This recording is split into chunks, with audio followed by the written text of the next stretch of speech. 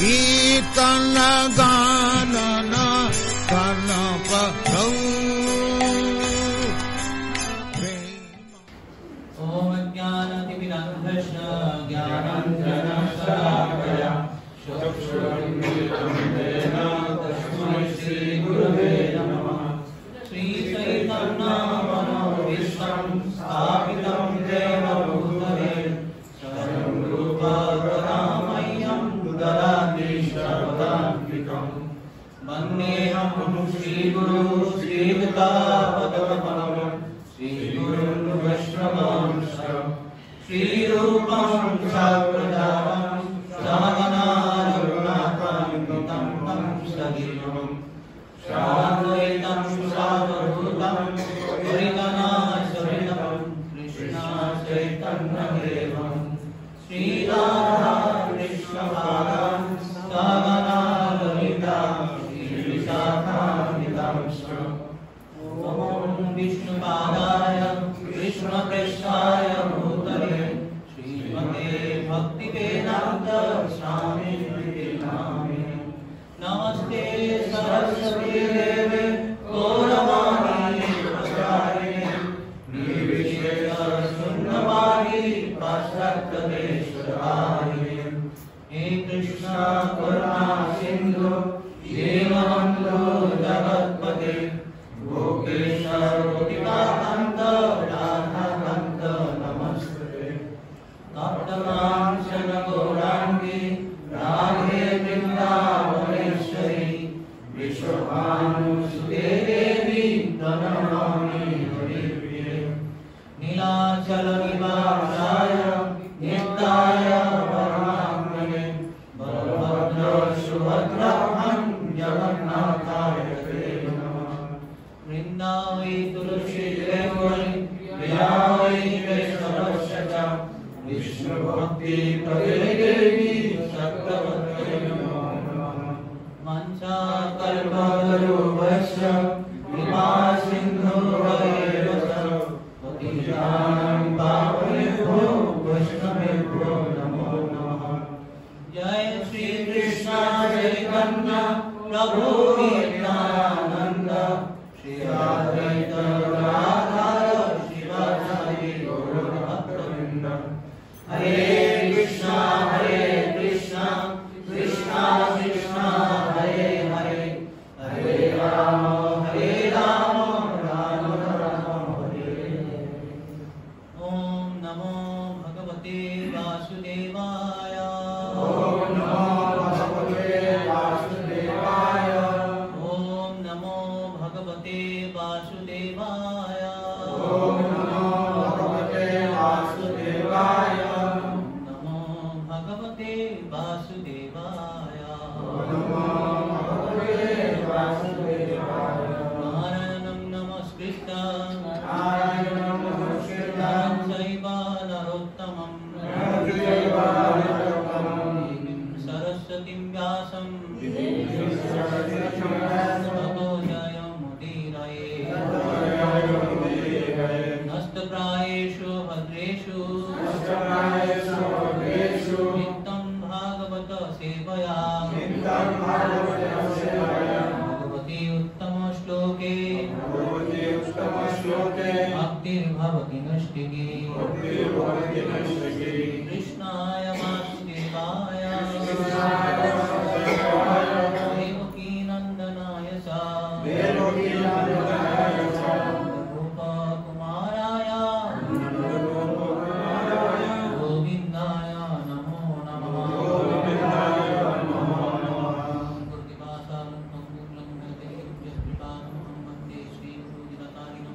परमानन्दमाधवं श्रीचैतन्यविश्वं नमो विष्णुपादाय कृष्णपृष्ठाय भूतले श्रीमते जयप्रकाशाय नमो आसक्तिपादाय विष्णुपदाय गौरभक्तकामदाय नमो नमः। हरि ओम हरे कृष्ण।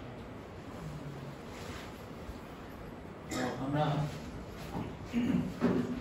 ইতিমধ্যে শ্রীমদ্ ভাগবতের দ্বিতীয় অধ্যায় সম্পূর্ণ করেছি। তো এই দ্বিতীয় অধ্যায়ে আমরা দেখলাম প্রথম অধ্যায়ে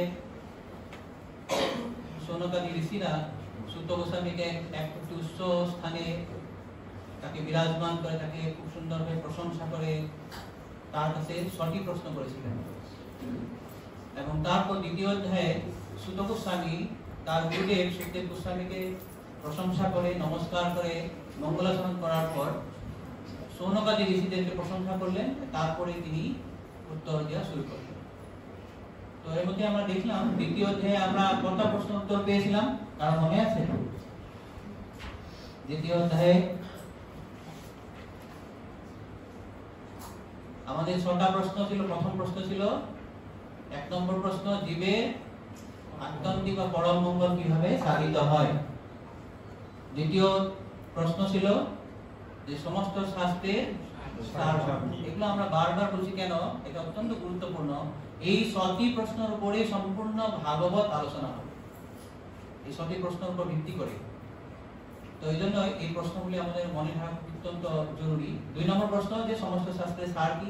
3 নম্বর প্রশ্ন হচ্ছে শ্রীকৃষ্ণ কেন পৃথিবীতে অবতীর্ণ হলেন। 4 নম্বর প্রশ্ন ভগবানের পুরুষাবতার সম্বন্ধে বর্ণনা করুন। 5 নম্বর প্রশ্ন লীলা অবতার সম্বন্ধে বর্ণনা করুন। এবং 6 নম্বর প্রশ্ন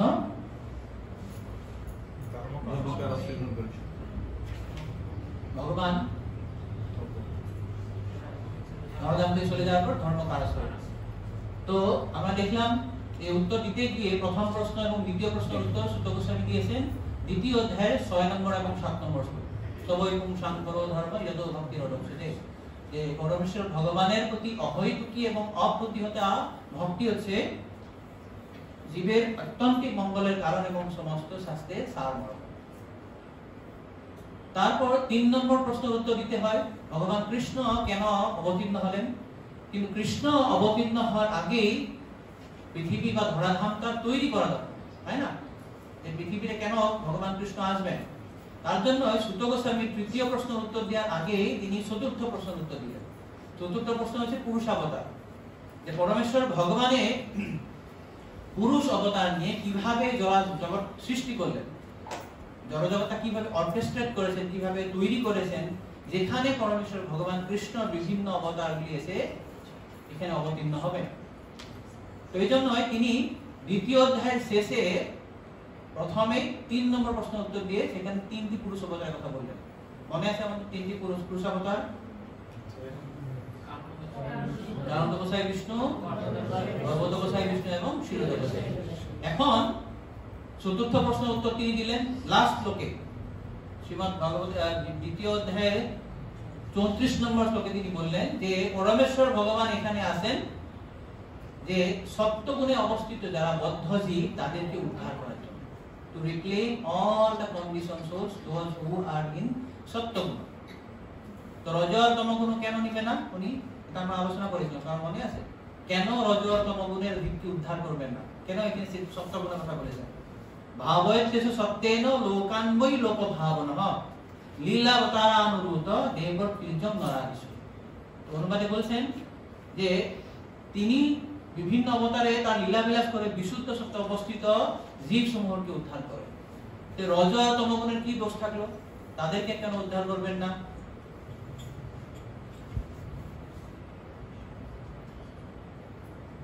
তার মনে আছে? কেননা রজ এবং তমগুণ থেকে ভগবত ভক্তি করা সম্ভব নয়।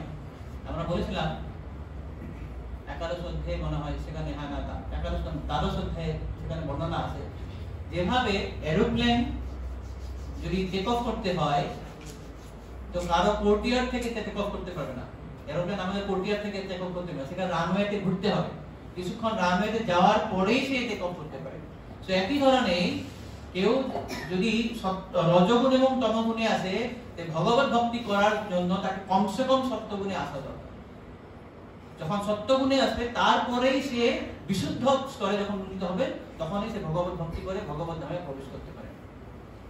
তো এই জন্যই আমাদের জন্য ব্যবহারিক পয়েন্টটা কি, যে আমাদের জীবনে প্র্যাকটিক্যাল অ্যাপ্লিকেশন বা প্রভুপাদ কি করেছেন এটা, প্রভুপাদে আমাদের ইসকনে যখন আমরা ঢুকেছি আমাদেরকে বলা হয়েছে 4টি নিয়ম।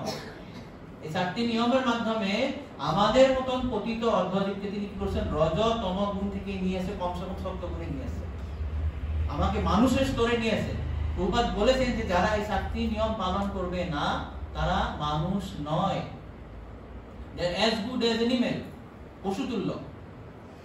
তো যখনই একটি লোক 4টা নিয়ম পালন করবে তখন সে সত্য গুণে এসে অধিষ্ঠিত হয়, আর সেই সত্য গুণ থেকেই তখন সে ভগবানের কথা শোনা, ভগবানকে উপলব্ধি করার শুরু হয়। এই জন্য এখানে বলেছেন যে যারা সত্য গুণে আছে তাদেরকে ভগবান ভগবত ধামে নিয়ে যায়, তো তাদেরকে রিক্লেইম করার জন্য, তাদেরকে উদ্ধার করার জন্য ভগবান কৃষ্ণ এখানে অবতীর্ণ হয়। সেটা হচ্ছে 3 নম্বর প্রশ্ন উত্তর। এখন 4 নম্বর প্রশ্ন উত্তর দিতে হবে, সরি 5 নম্বর প্রশ্ন, যে তারা প্রশ্ন করেছিলেন যে লীলাবতার সমূহ বর্ণনা করুন। তার আগে 5 নম্বর হচ্ছে পুরুষাবতার। পুরুষাবতার তিনি আগে বললেন, দিয়ে 3য় অধ্যায়ে তিনি প্রথম 5টি শ্লোকে 1 থেকে 5 নম্বর শ্লোকে তিনি পুরুষাবতার সম্বন্ধে আরো কিছু বলবেন। এই সম্বন্ধে আমরা আরো পরবর্তী স্কন্ধগুলো খুব বিস্তারিতভাবে পাবো। 2য় অধ্যায়, 2য় স্কন্ধ, 3য় স্কন্ধতে খুব সুন্দর বর্ণনা আছে। তো এই 2য় অধ্যায়টা একদম সিম্পল অধ্যায়টা, কিন্তু এটা খুব প্রফাউন্ড, খুব গভীর। যদিও এটা 3য় অধ্যায়টা, কেননা এখানে অবতারগুলো বর্ণনা খুব বিশদভাবে সূত গোস্বামী বলেননি, কেননা এই বিভিন্ন অবতার সম্বন্ধে সারা ভাগবতে পাওয়া যাবে।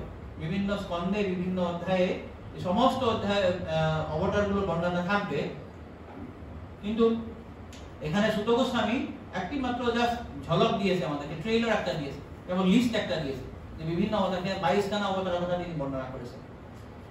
তো এই ধরনের 22টা অধ্যায় বর্ণনা, 22টা অবতার বর্ণনা করার পর 1 থেকে 25 পর্যন্ত তিনি 22টি অবতার বর্ণনা করেছেন। তারপরে তিনি বর্ণনা করবেন যে এই সমস্ত অবতারের উৎসকে, সেটা হচ্ছে এই অধ্যায়ের মূল বক্তব্য। তো আমরা দেখি ভাগবত বন্দনা, এটা শ্রী সনাতন গোস্বামী তার শ্রীকৃষ্ণ লীলাস্তবে বর্ণনা করেছেন। সর্বশাস্ত্রাব্দি পীয়ূষ সর্ববেদিক সৎফল সর্বসিদ্ধান্ত রগ্ধ সর্বলোকৈক দৃগ্প্রদ। হে সর্বশাস্ত্র সমুদ্রের অমৃত, সকল বেদের মুখ্য অত্যুৎকৃষ্ট ফল, তুমি সিদ্ধান্ত রত্নসমূহের সার নির্যাস এবং সকল লোকের মঙ্গল উপদেশ কর ও সর্বলোকের যথার্থ দৃষ্টি প্রদান কর। তো এভাবে শ্রীমদ্ ভাগবত হচ্ছে কৃষ্ণ লীলাস্তবে সনাতন গোস্বামী 5টি শ্লোক লিখেছে ভাগবতকে বর্ণনা করেন। কিভাবে শ্রীমদ্ ভাগবত এই সমস্ত বদ্ধজীবকে সমস্ত অমৃত দান করে আমাদের মতন বদ্ধজীবকে উদ্ধার করার চেষ্টা করে। এটা প্রথম নম্বর শ্লোক 412, আর তারপরে 412 থেকে 716 পর্যন্ত 5টি শ্লোকে তিনি ভাগবত বর্ণনা করেছেন। তো 3য় অধ্যায়তে 1 থেকে 5-এ সূত গোস্বামী পুরুষ অবতারের ভূমিকা বলেছেন। 6 থেকে 29 বিভিন্ন অবতার সমূহ কৃষ্ণই যে সকলের উৎস সেটা বর্ণনা করেছেন। 30 থেকে 29-এ কাল্পনিক ভৌতিক রূপ সেটা বর্ণনা আছে, এবং 40 থেকে 44 পর্যন্ত ভাগবতের মাহাত্ম্য বর্ণনা করা হয়েছে। তো আমরা প্রথম শ্লোকটি দেখি। 3য় অধ্যায় শ্লোকে সুত উবাস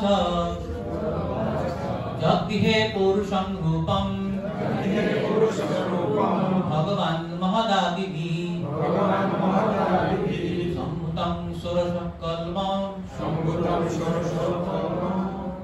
আদৌ লোক শিক্ষয়া।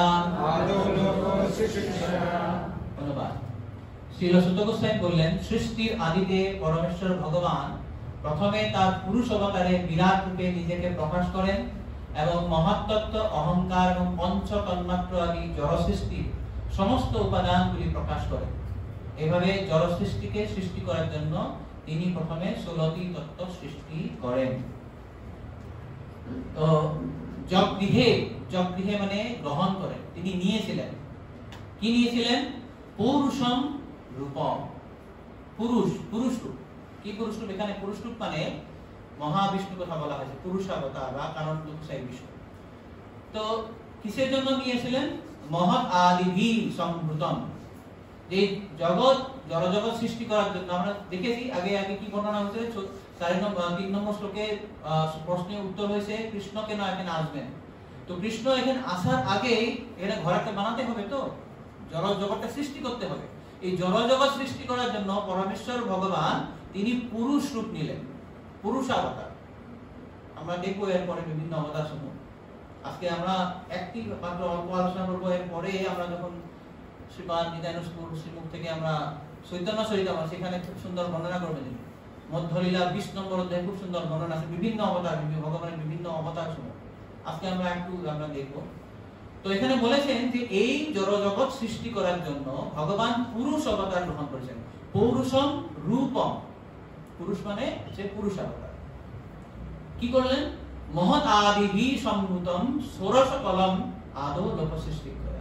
এই যে ব্রহ্মাণ্ড সমূহ সৃষ্টি করার জন্য তিনি মহৎ তত্ত্ব সৃষ্টি করেন 16টি উপাদান দিয়ে।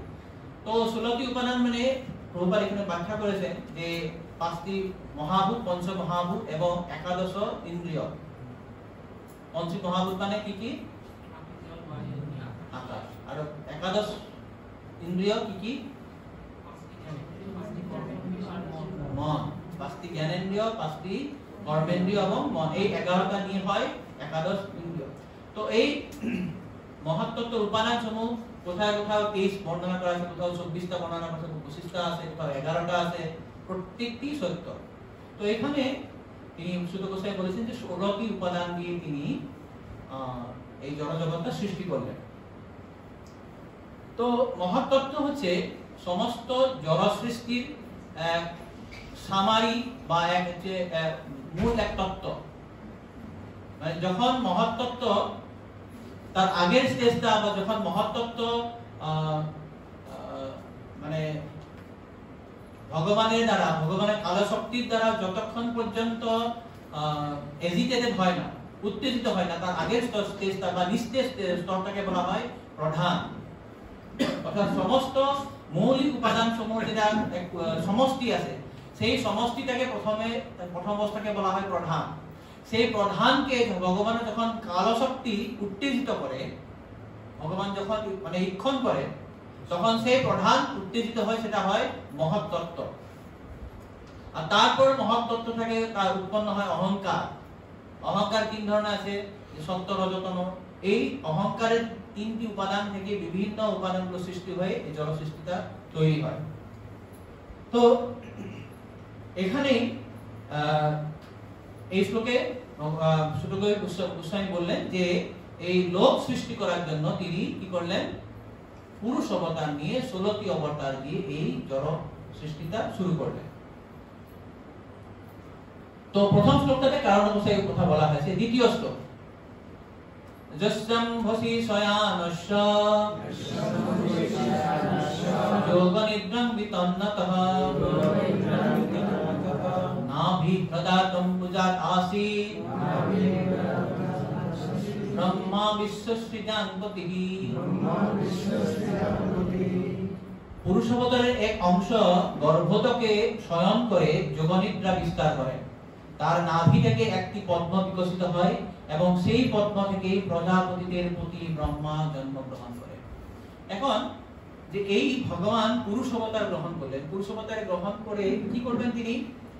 যে শ্রীদাকাশ যেটা আছে, ভগবানের সৃষ্টি যে শ্রীদাকাশ বলা হয়, বা যেটা স্পিরিচুয়াল রেলম যেটা বলা হয়, যে চিন্ময় জগৎ, চিন্ময় আকাশ, যে চিন্ময় আকাশের এক কর্নারে যে পুরুষ অবতার এসে যখন সেখানে তিনি রেস্ট করেন বা সেখানে থাকেন, তখন সেই জায়গাটা মহত্তত্ত্বের দ্বারা আচ্ছাদিত হয়। যেমন ধরুন আমাদের এক পরিষ্কার আকাশে কোনো সময় দেখা যায় এক জায়গায় একটা মেঘের টুকরা এসেছে, মেঘ। যেভাবে একটা বিশাল আকাশের মধ্যে এক টুকরা ছোট মেঘ, সে একই ধরনের সিধা আকাশের এক কর্নারে এক জায়গায় এই জড় সৃষ্টি বা মহত্তত্ত্ব সেখানে আছে। সেই মহত্তত্ত্বেই পুরুষ অবতার অবতীর্ণ হয়ে তিনি কি করেন? তিনি ঈক্ষণ করেন। তার আগেই তিনি তার শরীর থেকে যে সাগর একটি বা জলের একটা সমুদ্র সৃষ্টি করে, সেটাকে বলা হয় কারণ সাগর। কেন কারণ সাগর বলা হয়? যেহেতু সেই ভগবানের রূপ থেকে পুরুষ অবতার, প্রথম পুরুষ অবতার বা সেই কারণ সমুদ্র থেকে সমস্ত জড় সৃষ্টির উপাদানগুলো সৃষ্টি হয়, তার জন্য তাকে বলা হয় কারণ সমুদ্র বা কারণোদক। আর যেহেতু সেই কারণ সমুদ্রে ভগবানের প্রথম পুরুষ অবতার বিরাজমান করছেন মহাবিষ্ণু, সেই জন্য তাকে বলা হয় কারণশায়ী বিষ্ণু বা কারণোদকশায়ী বিষ্ণু। এখন তার নাভির প্রত্যেকটু রোমকূপ থেকেই, প্রত্যেকটু রোমকূপ থেকেই অনন্ত কোটি ব্রহ্মাণ্ড কি কয় সৃষ্টি হয়। এই অনন্ত কোটি ব্রহ্মাণ্ড যে সৃষ্টি হয়েছে আমরা দেখেছিলাম আগের শ্লোকে। এই দেখুন, এই কারণ সাগরে মহাবিষ্ণু শায়িত হয়ে আছেন। আর এই এক একটা ব্রহ্মাণ্ডের সাইডের স্লাইডে দেখানো হয়েছে, এক একটা স্লাইডের মধ্যে মানে এক একটা ব্রহ্মাণ্ডের মধ্যে তার বিস্তার ভিতরে প্রবেশ করছেন, সেটি হচ্ছে তিনি গর্ভোদক বিষ্ণু। এখন যখন গর্ভোদক বিষ্ণু ব্রহ্মাণ্ডের ভিতর প্রবেশ করছেন, পুরো ব্রহ্মাণ্ডটা ফাঁকা। এখানে কোথায় তিনি আশ্রয় নেবেন? তখন তার নিজের ধর্ম দিয়ে, পার্সপিরেশন দিয়ে পুরো ব্রহ্মাণ্ডের অর্ধেকটা ফিল আপ করে দেন। সেটাকে বলা হয় গর্ভোদক সাগর। আর সেখানেই তিনি অনন্ত শেষের উপরে শায়িত হয়, যেজন্য তার নাম হচ্ছে গর্ভোদকশায়ী বিষ্ণু। সেই গর্ভোদকশায়ী বিষ্ণুর নাভি সমুদ্র, নাভি হ্রদ বলা হয়েছে না, নাভি হ্রদম বুজাত আসি, নাভি হ্রদম বুজাত আসি, তার নাভি হ্রদ থেকে একটি অম্বুজ, একটা লোটাস, একটা কমল প্রস্ফুটিত হয়। সেই কমল ফুলের পদ্ম ফুলের উপরে ব্রহ্মার সৃষ্টি হয়। আর যে নাভিতে আছে, পদ্ম ফুলের যে নালটা আছে, সেখানে শুদ্ধ ভুবন বিরাজমান থাকে। তো এই ব্রহ্মা সেই ব্রহ্মাণ্ডের মধ্যে যে নাভি কমল আছে, সেই নাভি কমলের মধ্যে যে বিরাজমান আছেন, সেই ব্রহ্মাই সেখানে ব্রহ্মাণ্ডের সমস্ত কিছু এখানে তিনি সৃষ্টি করছেন। তো এই জন্য একে বলা হয়েছে ব্রহ্মা বিশ্ব সৃজানপতি। এটা অত্যন্ত গুরুত্বপূর্ণ, আমরা এটা আলোচনা করব। ব্রহ্ম বিশ্ব সৃজানপতি, বিশ্ব সৃজাপতি বলা হয়েছে। তো ব্রহ্ম হচ্ছে এই বিশ্বের ইঞ্জিনিয়ার। আর তিনি কোথা থেকে উৎপন্ন হয়েছে? সুপ্রিম ইঞ্জিনিয়ার গর্ভোদকশায়ী বিষ্ণু, তার বাবা হচ্ছে গর্ভোদকশায়ী বিষ্ণু। তো ব্রহ্মার কাজটা এক ঠিক শাসির মতো। আমাদের শাসিগুলো আছে না, যে আমাদের শ্বাস বাস করে, তো শাসি কি করে? তো চাষি কি করে? বীজ রোপণ করে, দিয়ে ক্ষেত করে। সেখানে এটা করার জন্য কি করতে হয়? জল দিতে হয়, বেড়া দিতে হয়, সার দিতে হয়, তারপর আইল কাটিয়ে দিতে হয়। তারপরে একটু কি করে উঁচু জায়গায় বসে থাকে, যাদের পাখিগুলো আছে শস্য নষ্ট করতে পারে না। তো ব্রহ্মার কাজটা ওই রকমই। চাষিতে এটা শস্যটা ক্ষেতটা করছে, চাষবাস করছে, ও সবকিছুই করছে, জল দিচ্ছে, সার দিচ্ছে, বেড়া দিয়ে সবকিছু দিয়েছে, কিন্তু বীজটাও তৈরি করতে পারে না। বীজটা কি চাষি তৈরি করতে পারে? বীজটা ওকে নিয়ে আসতে হয়। বীজটা কে দেয়? ভগবান কৃষ্ণ দিয়েছে। তো একই ধরনের ব্রহ্মা এই যে সৃষ্টি করছে, তাকে বলা হয় গৌণ সৃষ্টিকর্তা। তার সৃষ্টিকে বলা হয় বিসর্গ। তার সৃষ্টি কার্যটাকে বলা হয় বিসর্গ। তার আগেই ভগবান যে 24টা উপাদান যে তৈরি করে দিয়েছে, সেটা বলা হয় স্বর্গ। তো যেভাবে চাষি বীজ নিয়ে এসে সেটা চাষবাস করছে, বপন করে সেটা চাষবাস করছে, একই ধরনের ব্রহ্মায়ও ভগবান প্রদত্ত সমস্ত উপাদানগুলি দিয়ে ও পুরো ব্রহ্মাণ্ড সৃষ্টি করছে। বিভিন্ন ধরনের 84 লক্ষ বিভিন্ন যোনি জীব সৃষ্টি করছে, বিভিন্ন ধরনের প্ল্যানেটারি সিস্টেম সৃষ্টি করছে, 14 ভুবন, যেখানে বিভিন্ন জীবগুলো সেখানে বসবাস করতে পারে। তো এটা একটি মানে তুলনা করা যায় যে কিভাবে ব্রহ্মা এক সাথীর মতন সে কাজটা করছে। কিন্তু যেভাবে শাসী এই যে বীজের উৎপাদক নয়, উৎস নয়, যে ব্রহ্মাও এই জীবের উৎস নয়। এই সমস্ত জীবে যে মহত্তত্ত্ব বলা হয়, মহত্তত্ত্ব 24টা উপাদান থাকে, আর সেখানে সমস্ত জীবও সেখানে প্রবেশ করে থাকে। যখন ভগবান প্রধানের উপর ইক্ষণ করবেন কালো শক্তির মাধ্যমে, কালো প্রধান যখন উত্তেজিত হয়, এই সমস্ত বর্ণনা আমরা দ্বিতীয় স্কন্ধে খুব মানে বিশদভাবে পাবো, যেখানে সুত গোস্বামী বলছেন, 3য় অধ্যায় আছে, কপিল মুনি বলবেন এগুলো। তো সেই মহাপ্রধান থেকে ইক্ষণ করার সাথে সাথে সেখানে ভগবান শুধু ইক্ষণ করে তাকে উত্তেজিত করছেন, আর সেখানে তিনি এই যে জীবও প্রদান করছেন, জীবও সেখানে ঢুকে গেছে। যে সমস্ত জীব তাদের বাসনা নিয়ে জড়জগতে এসে তারাও সেই মহত্তত্ত্বের ভিতরেই থাকে। তো যখন ব্রহ্মাণ্ড প্রলয় হয়ে যায়, ধ্বংস হয়ে যায়, যেসব জীব মুক্তি পেয়ে ভগবানের কাছে যেতে পারে না তারা আবার কি হচ্ছে মহত্তত্ত্বের ভিতরে ঢুকে যায়। পরবর্তীতে যখন ব্রহ্মার আবার নতুন দিন সৃষ্টি হয়, আবার সেখান থেকে তাদের আবার সেই মনোভাব এবং সেই দেহ নিয়ে উৎপত্তি হয়, একই দেহ নিয়ে। তো এখানে প্রভুপাদ বলছেন, আমরা দেখছি প্রথম অধ্যায়ের প্রথম শ্লোকের দ্বিতীয় স্ট্যান্ডায় বলেছেন যে নিত্যবদ্ধ জীবেদের জন্য পরমেশ্বর ভগবানের পরম ইচ্ছার প্রভাবে এই সৃষ্টি এবং ধ্বংস সাধিত হয়। নিত্যবদ্ধ জীবেদের স্বতন্ত্রতা বোধ বা অহংকার রয়েছে, যার ফলে ইন্দ্রিয় সুখ ভোগের প্রতি আসক্ত হয়, যদিও প্রকৃতপক্ষে কোনো কিছু ভোগ করার ক্ষমতা তাদের নেই। ভগবান হচ্ছে একমাত্র ভোক্তা এবং অন্য সবকিছু হচ্ছে তার ভোগের বিষয়। জীবেরা হচ্ছেন অধীন ভোক্তা। প্রভুপাদ ইংরেজিতে বলেছেন প্রিডমিনেটেড এনজয়ার। জীব ভাবে যে আমি এখানে আনন্দ উপভোগ করব। কেন জীব এখানে আসেন, যে পারপাস অফ ক্রিয়েশন, এই যে জড়জগৎটা সৃষ্টি করা হলো, হোয়াট ইজ এ পারপাস, তার দরকারটা কি, কারণটা কি? কারণটা এই জন্য হয় যে জীব যখনই নিজে উপভোগ করার সৃষ্টি মানে মানসিকতা রাখবে, আমি উপভোগ করবো, আমি এনজয়ার, আমি মাস্টার, আমি প্রোপ্রাইটার, এই ধারণা যখনই আসবে ভাবটা, তখনই ভগবান কি করে এই জড়জগৎটা সৃষ্টি করে। ভগবান খুব দয়ালু, এটা আমরা দেখছি, এরপর একটু আলোচনা করছি যে ভগবান এমনই দয়ালু, আমরা ভগবানকে ভুলে গেছি কিন্তু ভগবান আমাদেরকে ভুলে যায় না।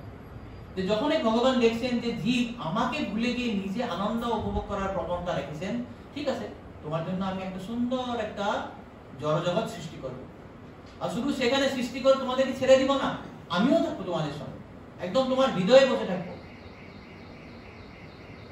তো এই জন্যই বলেছেন প্রভুপাদ যে তারা সবকিছুই মানে উপভোগ করার চেষ্টা করে, কিন্তু তারা আসল উপভোগ করে নয়, তারা হচ্ছে অধীন ভোক্তা।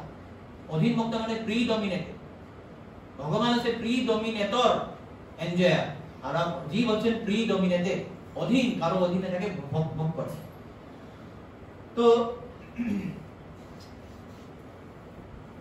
চতুর্থ স্কন্ধে ভগবান গীতা ভগবদ্গীতার চতুর্থ স্কন্ধের 24 নম্বর চ্যাপ্টারে রুদ্রগীতে প্রভুপাদ একটা খুব সুন্দর পার্টে লিখেছেন যে যেমন ধরুন এক মা তার বাচ্চাদের জন্য খুব সুন্দরভাবে রান্না করছে,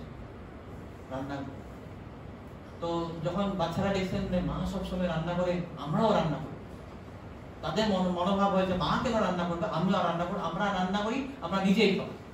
তো মাকে গিয়ে বলে মা তুমি প্রতিদিন রান্না করছো, আমরা কিন্তু আজকে আমরা রান্না করবো, তোমার রান্না খাবো না।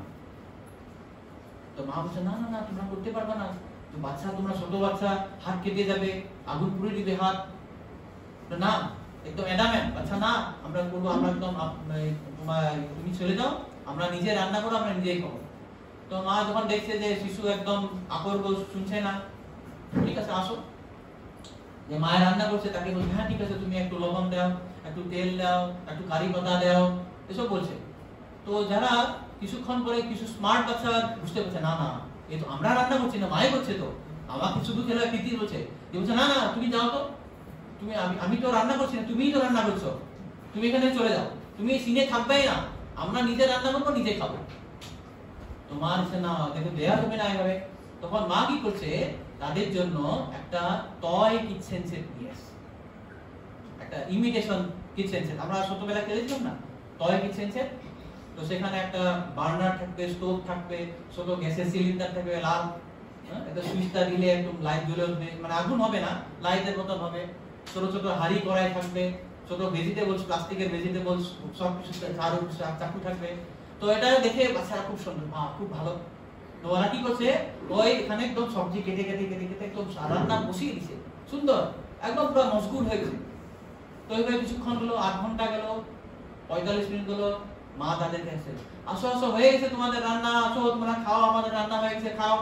তো তারা খুব ব্যস্ত, না না না না আমার এখন রান্না হয়নি, অনেক রান্না আছে, তুমি তোমার কাজ করো, আমার রান্না করে যাও। তো 1 ঘন্টা পার হয়ে গেল, মা এবার কাজের মেয়েকে পাঠিয়ে দিচ্ছে, যাও তো যাও ওদেরকে ডেকে নিয়ে আসো। ওরা বুঝতেই পারছেন আমার রান্না হয়ে গেছে, কখন আমি বসে আছি। তো কাজের মেয়ে গেছে, কাজের মেয়ে গিয়ে ডাকছে। প্রভুপাদ বলছে এটা 4th ক্যান্টো রুদ্রগীত চ্যাপ্টারে 63 ভার্স। তো কাজের মেয়ে যখন গেছে, তো যখন ডাকছে, না না তুমি যাও তো যাও, আমার রান্না হয়নি, আমাকে ডিস্টার্ব করবা না, আমরা নিজে রান্না করছি। 1 ঘন্টা পার হয়ে গেল, 1.5 ঘন্টা পার হয়ে গেল, 2 ঘন্টা পার হয়ে গেল। তারপরে যখন ওদের খুব খিদা পেয়েছে, না না না এখন আমাদের যেতে হবে, গিয়ে মার কাছে বলছে, মা মা খাবার আছে? মা বলছে, কেন তোমরা অনেক রান্না বান্না করছো না? ওরা কিন্তু খুব বানায়, খুব অনেক কিছু বানায়, একদম বিরিয়ানি বানাবে, ফ্রাইড রাইস, পোলাও, পরোটা, সবকিছু বানায় একদম বিধে বিধে। অনেক সময় অনেক আইটেম, মার থেকেও বেশি আইটেম বানায়। তা মা বললে, খুব সুন্দর বানিয়েছিলাম, খাওয়ানি কেন? না না এসব খাওয়া যায় নাকি, তুমি আমাদেরকে খেতে দাও। তো তারপরে মা যখন খেতে দিয়েছে খুব সন্তুষ্ট হয়ে গেছে। তো এই কাহিনীটা প্রভুপাদ কেন বলেছেন এখানে, যে আমরা এই বদ্ধজীব এই ছোট বাচ্চাদের মতো, যখন এই বদ্ধজীব ভগবানকে ভুলে, ভগবানকে না মেনে নিজে উপভোগ করতে চাইছেন, তখন এই যে কিচেন টয় টয় মানে ইমিটেশন টয় কিচেন, সেটা হচ্ছে জড় জগতের মতো। ঠিক একই জড় জগৎ, যেখানে সমস্ত কিছু উপাদান, যেখানে সবকিছুই পূর্ণ। ঈশ্বর পরিষদে আছে না, আমরা পড়ছি, ওম পূর্ণমিদং পূর্ণমদঃ পূর্ণাৎ পূর্ণমুদচ্যতে পূর্ণস্য পূর্ণমাদায় পূর্ণমেব অবশিষ্যতে। এই জড় জগতের প্রত্যেকটা জিনিসই পূর্ণ, সমস্ত জড় জগৎটাও পূর্ণ। এখানে এমন কিছু নেই যে যদিও জড় জগৎ এখানে এটা কিছু কম আছে বা নেই, এরকম না, সমস্ত কিছুই পূর্ণ করে রেখে দিয়েছে। তো ভগবান এতই দয়ালু, যেমন মা যেমন আমাদের জন্য একটা কিচেন টয় মানে ইমিটেশন কিচেন সেট দিয়েছিল, ভগবানও আমাদের জন্য একটা ইমিটেশন একটা এই যে জড় জগৎটা বানিয়ে দিয়েছে। যেভাবে মা বাচ্চাদেরকে ডাকার জন্য মাঝে সময় ডাকে, আসো আসো, ভগবান নিজে আসে, আমাদেরকে বলে, আসো, এখানে থাকা তোমাদের জায়গা নয়, আমাদের ধামে ফিরে আসো। কখনো কখনো মা যেমন কাজের মেয়েকে পাঠিয়ে দেয়, ভগবান তার নিজের যে বিশ্বস্ত অনুসর গুরুদেবকে, বিভিন্ন আচার্যদেরকে, অবতারকে পাঠিয়ে দেন। যেভাবে মা আমাদেরকে সুন্দরভাবে কথা বলে, ইনস্ট্রাকশন দেয়, এটা করবে না, হাত কেটে দেবে, আগুন করবে, এভাবে ভগবান আমাদের জন্য বিভিন্ন শাস্ত্র দিয়ে দেয়। এই সমস্ত গুলোর মাধ্যম দিয়ে ভগবান 5টি বিষয়ের মাধ্যম দিয়ে বা 5টি উপায়ে বদ্ধজীবকে ভগবত ধামে ফিরিয়ে নেওয়ার চেষ্টা করে। প্রথমটা হচ্ছে যে এই জড়জগৎটা করে দিয়ে তাদেরকে যে এই একটা ইলিউজরি যে একটা এনজয়মেন্ট, একটা মাইক একটা উপভোগ করার একটা পরিবেশ একটা তৈরি করে দেয়। কেননা জীব চেয়েছে যে আমি উপভোগ করব, তার জন্য তাদেরকে একটা কিছু দিতে হবে। তো যেমন বাচ্চারা একটা মাইক, একটা মানে ইলিউজরি একটা কিচেন সেট তৈরি করেছিল, তাদের আমাদের জন্য একটা মাইক জড়জগৎ সৃষ্টি করে দেয়। সেটা 1 নম্বর কারণ বা 1 নম্বর উপায়। 2 নম্বর হচ্ছে তাদেরকে ফ্রাস্ট্রেটেড হওয়ার একটা উপায় দেয়। যেমন বাচ্চারা 1 ঘন্টা 2 ঘন্টা খেলার পর ফ্রাস্ট্রেটেড হয়ে গেছে, না আমার রান্না দিয়ে হচ্ছে না, আমি নিজে খেতে হবে, আমি কি মার কাছে যেতে হবে।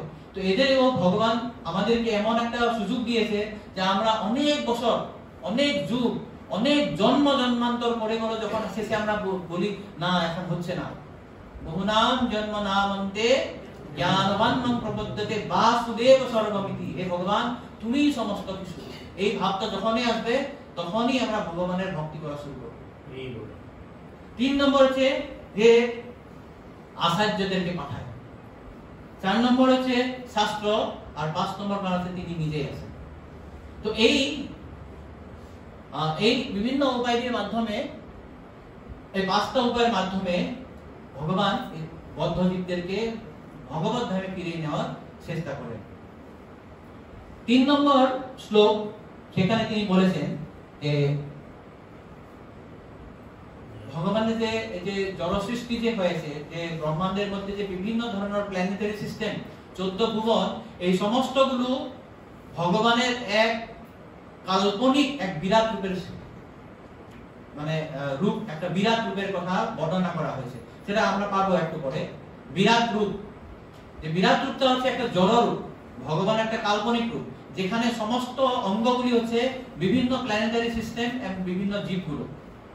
এটা বিশদ আলোচনা 2য় খণ্ডে পাবো আমরা, যেখানে দেবতাগুলো ভগবানের বাহু, ব্রাহ্মণ ভগবানের শির, বা ক্ষত্রিয় বলেছে ভগবানের বাহু, বৈশ্য ভগবানের পেট, এই ধরনের বিশদ বর্ণনা, বা বিভিন্ন লোকগুলো যেমন আপার প্ল্যানেটারি সিস্টেম ভগবানের শির, মিডিল প্ল্যানেটারি সিস্টেম যেমন এই ভূলোকটা আছে ভগবানের পেট, নিম্ন স্তরে যেগুলো প্ল্যানেটারি সিস্টেম ভগবানের পাদ বা পা, এই বিভিন্ন ধরনের একটা কল্পনা করা হয়, সেটা এখানে বর্ণনা করেছে যে বিভিন্ন প্ল্যানেটারি সিস্টেম, বিভিন্ন জীবগুলো ভগবানের একটা কাল্পনিক বিরাট রূপের বর্ণনা করা হয়েছে। সেটা হচ্ছে 3 নম্বর শ্লোকে এখানে ভগবানের বিভিন্ন রূপের বর্ণনা, যেমন দশম অধ্যায়ে ভগবদ্গীতা 10ম অধ্যায়ে বর্ণনা আছে, সেই ধরনের এখানে বর্ণনা রয়েছে। তো এখানে প্রভুপাদের একটা খুব গুরুত্বপূর্ণ পার্ট আমরা পড়ব। 4th অধ্যায়ের 4th শ্লোকের পার্টে প্রভুপাদ বলেছেন, এই জড়জগতেও আমরা আমাদের চক্ষুর দ্বারা সব সময় সবকিছু দর্শন করতে পারি না। অভিজ্ঞ ব্যক্তির অভিজ্ঞতার মাধ্যমে আমরা অনেক কিছু দর্শন করে থাকি। জড় বিষয়ে যদি আমাদের এইভাবে অভিজ্ঞতা সঞ্চয় করতে হয়, তাহলে চিন্ময় বিষয়ের ব্যাপারেও আরো বেশি করে প্রয়োজন। তাই ধৈর্য এবং অধ্যবসায়ের মাধ্যমে কেবল আমরা পরম সত্য এবং তার বিভিন্ন রূপ সম্বন্ধে জানতে পারি। প্রাথমিক স্তরের পরমার্থীবাদীদের কাছে তিনি নিরাকার হতে পারেন, কিন্তু তার সুদক্ষ সেবকদের কাছে তার শীঘ্রই প্রকাশিত। তো এখানে গুরুত্বপূর্ণ ব্যাপারটা হচ্ছে যে আমাদের জড়জাগতিক ক্ষেত্রেও কিছু যদি শিখতে হয়, আমরা সবসময় কোনো অভিজ্ঞ ব্যক্তির কাছ থেকে শিখতে হবে। যেমন ছোট বাচ্চা ধরুন বাড়িতে কিছু একটা আছে, ও বুঝতে পারছে না ওটা কি, তো বাবাকে জিজ্ঞাসা করে, বাবা বলছে না এটা হচ্ছে একটা ফোন স্ট্যান্ড, বা এরকম ফোনটা রাখা যায় প্লাস্টিকের একটা স্ট্যান্ড, আজকাল মোবাইল স্ট্যান্ড পাওয়া যায় না, তো ওটা দেখে হ্যাঁ এটা মোবাইল স্ট্যান্ড, এরকম রাখলে সুন্দরভাবে দেখা যায়, কথা বলা যেতে পারে, তোমার সঙ্গে আমি ভিডিও কল করতে পারবো। তো এটা আমরা অভিজ্ঞ ব্যক্তির কাছে শিখে নিতে হয়। তো জড়জাগতিক বিষয় যদি আমাদের শিখতে হয়, কোনো অভিজ্ঞ ব্যক্তির কাছে শিখতে হয়। তো যদি জড়জাগতিক বিষয়ে আমার অভিজ্ঞ ব্যক্তির কাছে শিখতে হয়, তো চিন্ময় বিষয় বা আধ্যাত্মিক ক্ষেত্রেও কোনো অভিজ্ঞ ব্যক্তির কাছেই শিখতে হয়। সেটা বলেছেন যে ভক্তরা তাদের বিজ্ঞান চক্ষুর দ্বারা পরম চমৎকার অসংখ্য হস্ত পদ মুখযুক্ত পুরুষের দিব্যরূপ দর্শন করেন বিজ্ঞান চক্ষুর দ্বারা। তো বিজ্ঞান চক্ষু মানে হচ্ছে we should see through ears, আমরা চক্ষু দিয়ে দেখি না, আমরা কি দিয়ে দেখি? কর্ণ দিয়ে। যখন এই পরম ভাগবত বা শুদ্ধ ভক্ত আমাদের কিছু বলবে, যখন আমরা শ্রবণ করব, তখনই আমরা শাস্ত্র সম্বন্ধে বা ভগবত সম্বন্ধে আমরা জানতে পারব। তো তার জন্য আমাদেরকে দুটো জিনিস লাগে। প্রভুপাদ এখানে বলছেন ধৈর্য এবং অধ্যবসায়, পেশেন্স এন্ড পারসিভারেন্স। ধৈর্য নিয়ে আমাদের শুনতে হবে, ধৈর্য দিয়ে ভক্তি যোগে লেগে থাকতে হবে। তো এরপরে 5 নম্বর শ্লোকে বলেছেন এতন্নান্ন অবতারাণম বিধানম বিজমাদ্বয়ম যস্যং সংসেন সৃজ্যন্তে দেবতীজং নরাদয়ঃ। তো এখানে বলেছেন যে এই রূপ অর্থাৎ দ্বিতীয় পুরুষ অবতার, তো গর্ভোদকশায়ী অবতার থেকে কি হয়? ব্রহ্মাণ্ডে প্রকাশিত অসংখ্য অবতারদের উৎস এবং অবিনশ্বর বীজ। এই রূপের অংশ এবং কলা থেকে দেবতা, মনুষ্য আদি বিভিন্ন জীবের সৃষ্টি হয়েছে। তো এই যে বিভিন্ন অবতার জড়জগতে যে অবতীর্ণ হন, তারা কোথা থেকে আসেন, কার থেকে আসেন? কারণস্বরূপ বিষ্ণু, গর্ভোদকশায়ী বিষ্ণু, না ক্ষীরোদকশায়ী বিষ্ণু?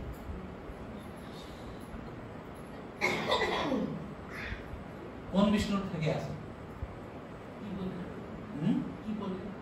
আমি বলছি যে জড়জগতে বিভিন্ন অবতারগুলো যে হয়, বিভিন্ন অবতার অবতীর্ণ হয় জড়জগতে, সেই অবতার সমূহ কোন বিষ্ণুর থেকে আসে? কারণদকশায়ী বিষ্ণু থেকে আসে, না গর্ভোদকশায়ী বিষ্ণু থেকে আসে, না ক্ষীরোদকশায়ী বিষ্ণু থেকে আসে? আমরা শুনছি ক্ষীরোদকশায়ী বিষ্ণু, কিন্তু এখানে কি বলেছেন? এই রূপ দ্বিতীয় পুরুষ অবতার থেকে ব্রহ্মাণ্ডে প্রকাশিত অসংখ্য অবতারদের উৎস এবং অবিনশ্বর বীজ। এখানে বলছেন যে গর্ভোদকশায়ী বিষ্ণু থেকে আসে। তো আসলে সেটাও কারেক্ট, কেননা ক্ষীরোদকশায়ী বিষ্ণুর উৎস কি? গর্ভোদকশায়ী বিষ্ণু। গর্ভোদকশায়ী বিষ্ণুর উৎস কি? কারণদকশায়ী বিষ্ণু। তো এই জন্যই এখানে যদিও বলা আছে গর্ভোদকশায়ী বিষ্ণু, আসলে এটাতে কোনো ভুল নেই। যে যদিও আসলে কি হয়, অবতারগুলো ক্ষীরোদকশায়ী বিষ্ণুই আছে, ক্ষীরোদকশায়ী মাধ্যম দিয়ে আছে, কিন্তু তারা মূলত তত্ত্বগতভাবে একই বিষ্ণু, তাদের রূপ আলাদা আলাদা। যে সমস্ত অবতার সমূহ পুরুষাবেদের মাধ্যম দিয়ে আসে। তো যদিও এখানে বলেছেন যে গর্ভোদক বিষ্ণুর থেকে আসে, এখানে কোনো ভুল নেই। যে যদিও আমরা জানি যে ক্ষীরোদক বিষ্ণু এখানে আছে বর্ণনা, এখানে যদিও বলেছে গর্ভোদক বিষ্ণু, এটা কোনো তত্ত্বগত ভুল নেই। তো যখন এই দেবতারা কোনো সময় যদি বিপদে পড়ে, তারা কোথায় যায়? ক্ষীর সমুদ্রে যায়। সেখানে তারা প্রার্থনা করে ক্ষীরোদক বিষ্ণুর কাছে বিভিন্ন ধরনের স্তুতি করে, স্তব করে। যেমন পুরুষোত্তম অবতার, যে বিভিন্ন ধরনের অবতার স্তুতি দিয়ে যখন প্রার্থনা করে, তারপর তিনি হ্যাঁ আমি কয়েকদিন পরে আসবো, আমি রাম হয়ে আসবো, কৃষ্ণ হয়ে আসবো, বিভিন্ন ধরনের অবতার নিয়ে আসবো। তো ক্ষীরোদক বিষ্ণু বলে তার মাধ্যমে আসে, কিন্তু তারা অবশ্যই কি হয়, সেই সমস্ত অবতারগুলোই এই পুরুষ অবতারের মাধ্যম দিয়ে আসে। তার জন্য এখানে কোনো তত্ত্বগত ভুল নেই যে এখানে বলছেন গর্ভোদক থেকে আসেন, তিনি আসলে সমস্ত মূলের উৎস। তো এখানে গুরুত্বপূর্ণ তিনটি শব্দ হচ্ছে যে নিধানম, বীজম এবং অব্যয়ম। নিধানম মানে হচ্ছে উৎস। পরমেশ্বর ভগবান হচ্ছে সমস্ত অবতারের উৎস, এটাই বলেছেন এখানে যে এতান অবতারানাম, যে এখানে যে বিভিন্ন অবতারগুলো বর্ণনা করা হবে, এই সমস্ত অবতারগুলো কি হচ্ছে? উৎস হচ্ছে পরমেশ্বর ভগবান বা গর্ভোদক বিষ্ণু।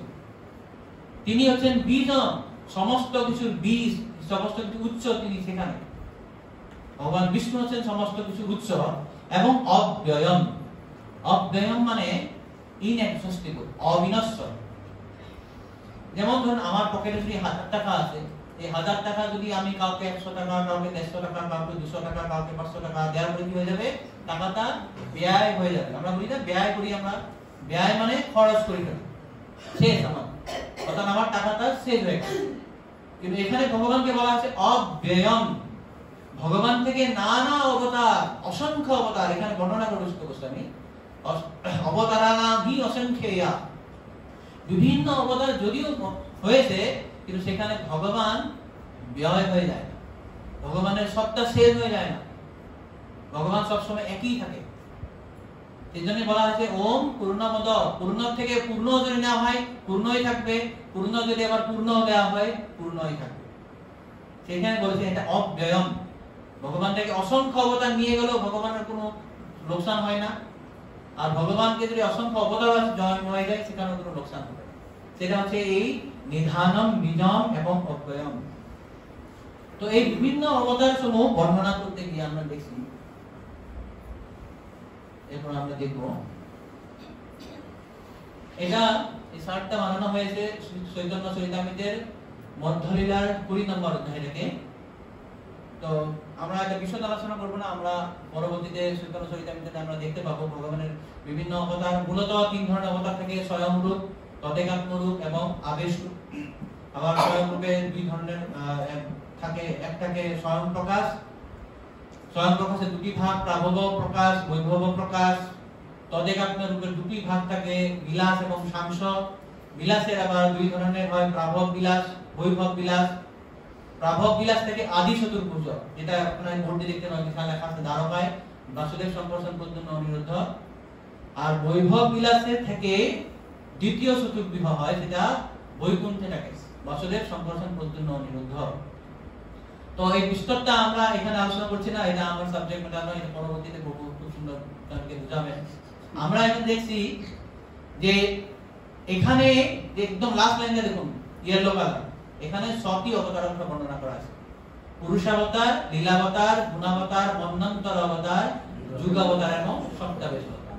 এই সমস্তগুলো হচ্ছে ভগবানের যে এই তদেকাত্ম রূপের একটি প্রকাশ। সাংস, সাংস হচ্ছে ভাগ, সমস্ত 6 ধরনের অবতার। তো পুরুষ অবতার আমরা আগে দেখলাম যে পুরুষ অবতার 3 ধরনের আমরা জানি, কারণদক বিষ্ণু, গর্ভদক বিষ্ণু এবং ক্ষীরোদক বিষ্ণু। লীলাবতার হচ্ছে যে বিভিন্ন ধরনের লীলা করার জন্য যে ভগবানের অবতারগুলি হয় তাকে বলা হয় লীলাবতার। যেমন কুমার, নারদ, কপিল, বরাহ, কুর্ম, হংসাবতার, যজ্ঞ, ধন্বন্তরী, মোহিনী, বিভিন্ন ধরনের লীলা, যেগুলো লীলাবতার। গুণাবতার বিভিন্ন গুণের অধিষ্ঠাত্র যে দেবতাগুলো আছে, যেমন সত্যগুণের অধিষ্ঠাত্র দেব হচ্ছে বিষ্ণু, রজগুণের হচ্ছে ব্রহ্মা এবং তমগুণের শিব, তাদেরকে বলা হয় গুণাবতার। তো এখানে কি হয়, অনেক সময় কিন্তু এক একটা অবতার বিভিন্ন অবতার, মানে যেমন লীলাবতার কখনো কখনো সপ্তাবিশ অবতার হতে পারে, মন্বন্তর অবতার।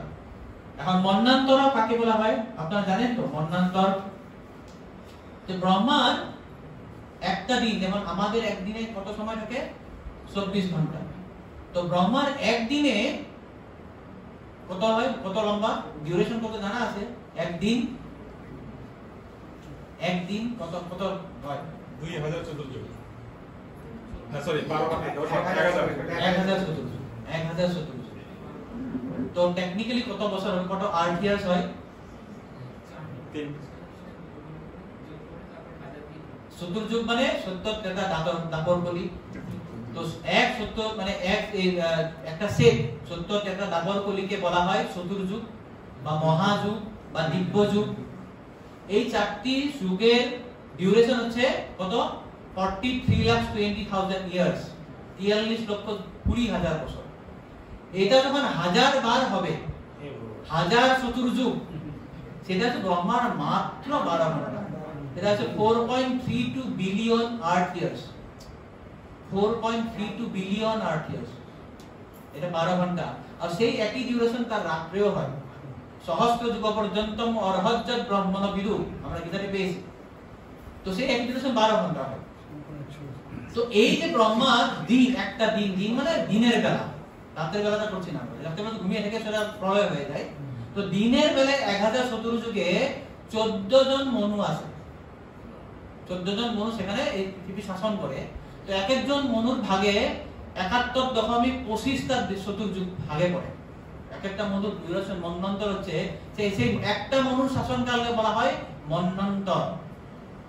তার ডিউরেশন হচ্ছে 71.25 চতুর্যুগ। 1000 কে যদি আপনি 14 দিয়ে গুণ করেন, ডিভাইড করবেন, তো 71.25 চতুর্যুগ আসবে। তো এই এক একজন মনুর শাসনকালে ভগবান বিষ্ণুর এক একজন অবতার আছে, সেটাকে বলা হয় মন্বন্তর। আপনার 5 নম্বর অধ্যায়ে মানে কি 5 নম্বর তাৎপর্য দেখতে পাবেন। যেমন যজ্ঞ বা বিভু, সাত্যসেন, হরি, বৈকুণ্ঠ, এই ধরনের 14 জন ভগবানের অবতার সেখানে অবতীর্ণ হন, এক এক মনুর অবতার। প্রত্যেকটা মনুর সময় কিন্তু মনু চেঞ্জ হয়ে যায়, ইন্দ্র চেঞ্জ হয়ে যায়, দেবতারা চেঞ্জ হয়ে যায়, মনুপুত্র চেঞ্জ হয়ে যায়। তার দ্বাদশ খণ্ডে আছে মন্বন্তরং মনুর্দেবা মনুপুত্রা, এই ধরনের একটা শ্লোক আছে যে প্রত্যেক মনুতে মনু যেভাবে চেঞ্জ হয়, সেই মনুর অবতার, মন্বন্তর অবতারও চেঞ্জ হবে, মনুর পুত্রদের চেঞ্জ হবে, ইন্দ্র চেঞ্জ হবে, আর সপ্তর্ষিও চেঞ্জ হবে। তো এই এদেরকে বলা হয় যে এক একজন মনুতে যে ভগবানের অবতার আছে সেটাকে বলা হয় মন্বন্তর অবতার। তারপরে যুগাবতার আছে, প্রত্যেক যুগে একজন অবতার আছে। তো এটা একটু টেকনিক্যাল, বোরিং হচ্ছে না? সবাই একটু ঘুম পাচ্ছে মনে হয়। এরপরে খুব ইন্টারেস্টিং সেকশন আসবে, আজকে তো হবে না, আমরা পরবর্তীতে করব। তো যুগাবতার মানে এক একজন যুগ, এক একটা যুগে এক একজন। যেমন সত্য যুগে শুক্ল অবতার, তার শরীরের রং শুক্ল অবতার হয়। ত্রেতা যুগে হয় রক্ত অবতার, দ্বাপর যুগে শ্যাম, কলি যুগে কৃষ্ণ অবতার। কিন্তু স্পেশাল এই কলিযুগে ভগবান হয়ে আছে পিতর রূপ নিয়ে, গৌর রূপ নিয়ে। এটা হচ্ছে যে ব্রহ্মার যে এখন কি মনু চলছে? বৈবস্বত। কত নম্বর মনু? 7 নম্বর মনু। তো সপ্তম মন্বন্তরে 28 নম্বর কলিযুগে, 28 নম্বর কলিযুগে যেখানে কলি যুগ পর্যায় হয়। যুগ পর্যায় মানে কি?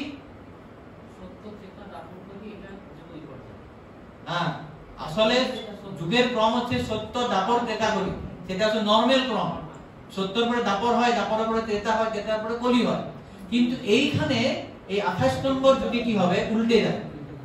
ত্রেতা আগে চলে যাবে, দাপর পরে আসবে। এই যুগ পর্যায় বলা হয়। এটা ভাগবতের প্রথম স্কন্ধে পাবেন, 5 নম্বর চ্যাপ্টারে আছে। তো এই 28 নম্বর কলিযুগে যখন কলিযুগে না, দাপরে আসবে কৃষ্ণ, তারপরের কলিযুগে আসবে গৌরাঙ্গ। সেখানে কলিযুগের যে যুগাবতার, সেখানে তার গার রং হয় গৌরাঙ্গ। নরমালি কলিযুগে ভগবান আছেন মানে কৃষ্ণ। মানে যুগাবতার হচ্ছে কৃষ্ণ, মানে কৃষ্ণ কালো। তো লাস্ট হচ্ছে সপ্তাবেশ অবতার। সপ্তাবেশ অবতার এক হচ্ছে আবেশ রূপে, ভগবানের যে তিনটি প্রথম মূল রূপ, যে স্বয়ং রূপ, তলেগাম এবং আবেশ, সেই আবেশ রূপে হয়, মানে সব বিশেষভাবে আবিষ্ট। মানে সপ্তাবেশ অবতার সাধারণত হচ্ছে তারা জীবতত্ত্ব, সাধারণতই তারা জীবতত্ত্ব। সেই জীবগুলোকে ভগবান বিশেষভাবে কিছু কৃপা করে, বিশেষভাবে শক্তি দিয়ে আবিষ্ট করে বলে তাকে বলা হয় সপ্তাবেশ অবতার। তো এই সপ্তাবেশ অবতার বিভিন্ন ধরনের লীলা বা বিভিন্ন ধরনের কার্য সম্পাদন করার জন্য, যেমন শেষনাগ আছে তার সেবা করার জন্য, ভগবান তার উপরে সাহিত্য হয়ে থাকে। অনন্ত দেব আছে ভূ ধারণ শক্তি নিয়ে, সমস্ত যে জড় ব্রহ্মাণ্ড গুলো আছে তার ভূডের উপর, তার ফনার উপর মানে রেস্ট করে থাকে, বসে থাকে। চতুষ্ষণ হচ্ছে যে চতুর্শ কুমার, তারা হচ্ছে জ্ঞান শক্তির দ্বারা আবিষ্ট। পৃথু মহারাজ হচ্ছে পালন শক্তি, নারদ মুনি হচ্ছে ভক্তি শক্তি। তো এই ধরনের বিভিন্ন ধরনের অবতার গুলো এক একটা শক্তি নিয়ে যে তারা অবতীর্ণ হয়, তাদেরকে বলা হয় সপ্তাবেশ অবতার। তো এরপরে আমরা অবতার গুলো বর্ণনা করছেন তিনি, আমরা দেখছি। তো এর আগে একটা আমরা দেখি 1.2.17, এটা আগের সেক্টরে ছিল। এখানে বলেছেন যে ভগবানের কাছে ফিরে যাওয়ার জন্য আমাদের যে বাসনা, তার থেকে আমাদের তার কাছে ফিরিয়ে নিয়ে যাওয়ার জন্য ভগবানের উৎকণ্ঠা অনেক বেশি। আমরা প্রায় কেউই ভগবানের কাছে ফিরে যেতে চান না, কেবল মুষ্টিমেয় কয়েকজন ভগবানের কাছে ফিরে যেতে চান। কিন্তু কেউ যখন ভগবানের কাছে ফিরে যাওয়ার প্রত্যাশী হন, তখন ভগবান সর্বতোভাবে তাকে সাহায্য করেন। এই সর্বতোভাবে কি হবে? এই যে আমাদের বললাম না, আমাদেরকে আশাকে পাঠিয়ে দেয়, কাজের মেয়ে পাঠিয়ে দেয়, নিজে আসে, ডাকে এই যে বাচ্চাটাকে নিয়ে যাওয়ার জন্য, ঠিক একই ধরনের ভগবান কখনো নিজে আসে। অবতার, কত অবতার আমরা দেখলাম, পুরুষ অবতার, গুণ অবতার, যুগ অবতার, লীলা অবতার, সপ্তাবেশ অবতার, মন্বন্তর অবতার, বিভিন্ন অবতার থেকে পাঠায়, আসো আসো আসো আমার কাছে, শাস্ত্র দিয়ে। তো বিভিন্ন ধরনের আমাদেরকে সাহায্য করে যাতে আমরা ফিরে যেতে পারি। আর 1.3.1 এর আমরা আলোচনা করেছি অলরেডি, যে নিত্যবদ্ধ জীবিতের জন্য পরমেশ্বর ভগবানের পরম ইচ্ছার প্রভাবে এই সৃষ্টি এবং ধ্বংস সাধিত হয়। তো এখন আমরা দেখি অবতার। এখানে আমরা বিস্তৃত আলোচনা করছি না, কেননা এই অবতার সমূহ বর্ণনা বিভিন্ন অধ্যায়ে আমরা পাবো, সেখানে খুব সুন্দর বর্ণনা করা আছে। প্রথম হচ্ছে চতুষ কুমার। যে চতুষ কুমার আমরা বর্ণনা পাবো তৃতীয় অধ্যায়ের 12 নম্বর অধ্যায়ে, চতুর্থ স্কন্ধে 21 থেকে 22 এবং একাদশ অধ্যায় পাবো তাদের শিক্ষা। চতুষ কুমার সনক, সনাতন, সনন্দন এবং সনত কুমার। এই চতুষ কুমার, তাদেরকে অনেক সময় চতুষ্ষণ বলা হয়। অনেকে শাস্ত্রে বলেছেন, যেমন এই যে লঘু ভাগবতামৃত, সমস্ত যদি অবতার সম্বন্ধে আপনারা জানতে চান, এটা খুব একটা সুন্দর বই। শ্রী রূপ গোস্বামী লিখেছেন লঘু ভাগবতামৃত, তার দাদা সনাতন গোস্বামী লিখেছেন বৃহৎ ভাগবতামৃত। তো এখানে সমস্ত বর্ণনা, মানে অবতারগুলো খুব সুন্দর বর্ণনা আছে, তার গতিপরণা ধর্মপ্রভু করেছিলেন। তো সেখানে বর্ণনা রয়েছে যে তাদেরকে একটা অবতারকেও ধরা হয়, কেননা তাদের সবার নাম সন সন সন হয়ে আছে, সনক, সনাতন, সনত কুমার, সনাতন। তাদেরকে একসঙ্গে চতুষ্ষণ বলা হয়। তারা ভগবানের প্রথম দিনেই জন্ম হয়েছিল একদম। এখানে আপনারা দেখবেন প্রভুপাদ একটা সুন্দর কথা লিখেছেন, তাৎপর্য কি লিখেছেন, যে পূর্বলিখিত 4 কুমারেরা সৃষ্টির কৌমার অবস্থায় আবির্ভূত হন। সৃষ্টির কৌমার অবস্থা মানে কি? এইখানে লঘু ভাগবতামৃতে রূপ গোস্বামী লিখেছেন, যে কি লিখেছেন, যে ব্রহ্মার প্রথম দিনে, যে ব্রহ্মার এক মাসে কয়টা দিন থাকে? 30টা দিন থাকে না? যেমন আমাদের দিনগুলোর নাম কি আছে? আমাদের মাত্র 7 দিনের নাম আছে। ব্রহ্মার যে এক মাসের কিন্তু 30টা দিনের আলাদা আলাদা নাম আছে। প্রথম দিনটার নাম হচ্ছে ব্রাহ্মকল্প, একদিন নাম হচ্ছে কল্প, তাই তো? এই যে আমরা আলোচনা করলাম যে 1000 চতুর্যুগ, 1000 চতুর্যুগ মানে তার 12 ঘন্টা, তাই না? তো এইভাবে তার কি হয়, রাত হয়, এইভাবে 30 দিন হয়, 1 মাস হয়, 1 বছর হয়, 100 বছর হয়। তো আমাদের যেরকম মাসে 30টা মাস আছে, ভগবান ব্রহ্মারও 30টা দিন আছে, আর 30টা দিনের আলাদা আলাদা নাম আছে। তো তার প্রথম দিনটার নাম হচ্ছে ব্রাহ্মকল্প, ফার্স্ট যখন সৃষ্টি হয়েছিল। তো ব্রহ্মা সৃষ্টির প্রথম দিনেই এই ব্রহ্মা সতীশ কুমারের জন্ম হয়েছে, আর নারদের জন্ম হয়েছে। সেটা এখানে ভাগবত নেই, এই লঘু ভাগবতের এখানে বর্ণনা করছে, উপকেশন করেছেন। তো এখন কিন্তু আমরা আছি শ্বেতবরাহ কল্পে। এখন ব্রহ্মার 51 ইয়ার্স, আমরা দ্বিতীয় পরার্ধে আছি। অলরেডি এই ব্রহ্মার 50 বছর আয়ু শেষ, এখন তার বয়স হচ্ছে 51 ইয়ার্স। আর 51 ইয়ার্সের আমরা এখন প্রথম দিনে আছি, মানে ফার্স্ট কল্পতে আছি। এই দিনটার নাম হচ্ছে শ্বেতবরাহ কল্প। আপনারা মনে করবেন যখন আমাদের কোনো ধরনের উৎসব হয় বা কিছু যজ্ঞ হয় না, সেখানে বলা হয় যে গোবিন্দ গোবিন্দ গোবিন্দ, এই এসব ব্রাহ্মণ দ্বিতীয় পরার্ধে সপ্তম মন্বন্তরে শ্বেতবরাহ কল্পে, শ্বেতবরাহ কল্পে। শ্বেতবরাহ কল্প মানে 51 ইয়ারের ফার্স্ট ডে ব্রহ্মার বয়স এখন 51 বছর। 51 বছর আজকে প্রথম দিন চলছে। এই 51 প্রথম দিনের 28 নম্বর কলিযুগে আছে আমরা। তো এই দিনে বরাহ অবতার আমরা বর্ণনা করব। বরাহ অবতার আর মৎস্য অবতার এই দিনে এসেছে, মানে এই দিনের মধ্যে তাদের লীলা করছিল। তো এই ধরনের কুমার, 4 কুমার আছে। 4 কুমার আমরা পাবো তৃতীয় স্কন্ধে, চতুর্থ বর্ণনা হবে। তার দ্বিতীয় অবতার বর্ণনা করা আছে বরাহ অবতার। তো বরাহ অবতার বর্ণনা আমরা তৃতীয় স্কন্ধে 13 থেকে 19 নম্বর অধ্যায়ে পাবো, সুন্দর বর্ণনা আছে এখানে। তো বরাহ অবতার দুটো অবতার, বরাহ অবতার আছে, আপনারা জানেন তো? বরাহ অবতার দুটো অবতার জানেন? কারা কারা জানেন?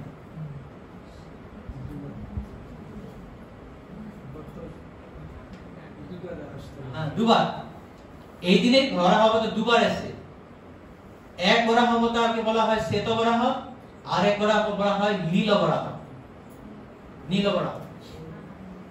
তো প্রথম যে অবতার, প্রথম বরাহতে যে আছে স্বয়ংভূ মন্বন্তরে। স্বয়ংভূ মন্বন্তরে যখন আসেন, দিয়ে স্বয়ংভূ মনু যখন সৃষ্টি হন ব্রহ্মার থেকে, দিদি বাবাকে জিজ্ঞাসা করেন আমাকে তো সৃষ্টির জন্য করলে আমি কোথায় যাব, আমার যে পৃথিবীটা কোথায়, জায়গা কোথায়? তো তখন সেটা বর্ণনা করতে গিয়ে মৈত্রেয় মুনি বলছেন কি ব্রহ্মার নাসানন্দ থেকে শুকর তৈরি হলো, মানে বেরিয়ে আসলো, বিশাল একটা তিনি অবতার ধারণ করলেন, গিয়ে তিনি সাগরে প্রবেশ করলেন, প্রবেশ করে তিনি ধরণীকে উঠে নিয়ে আসলেন, আর সেখানে হিরণ্যকশিপুর সঙ্গে যুদ্ধ হয়েছে।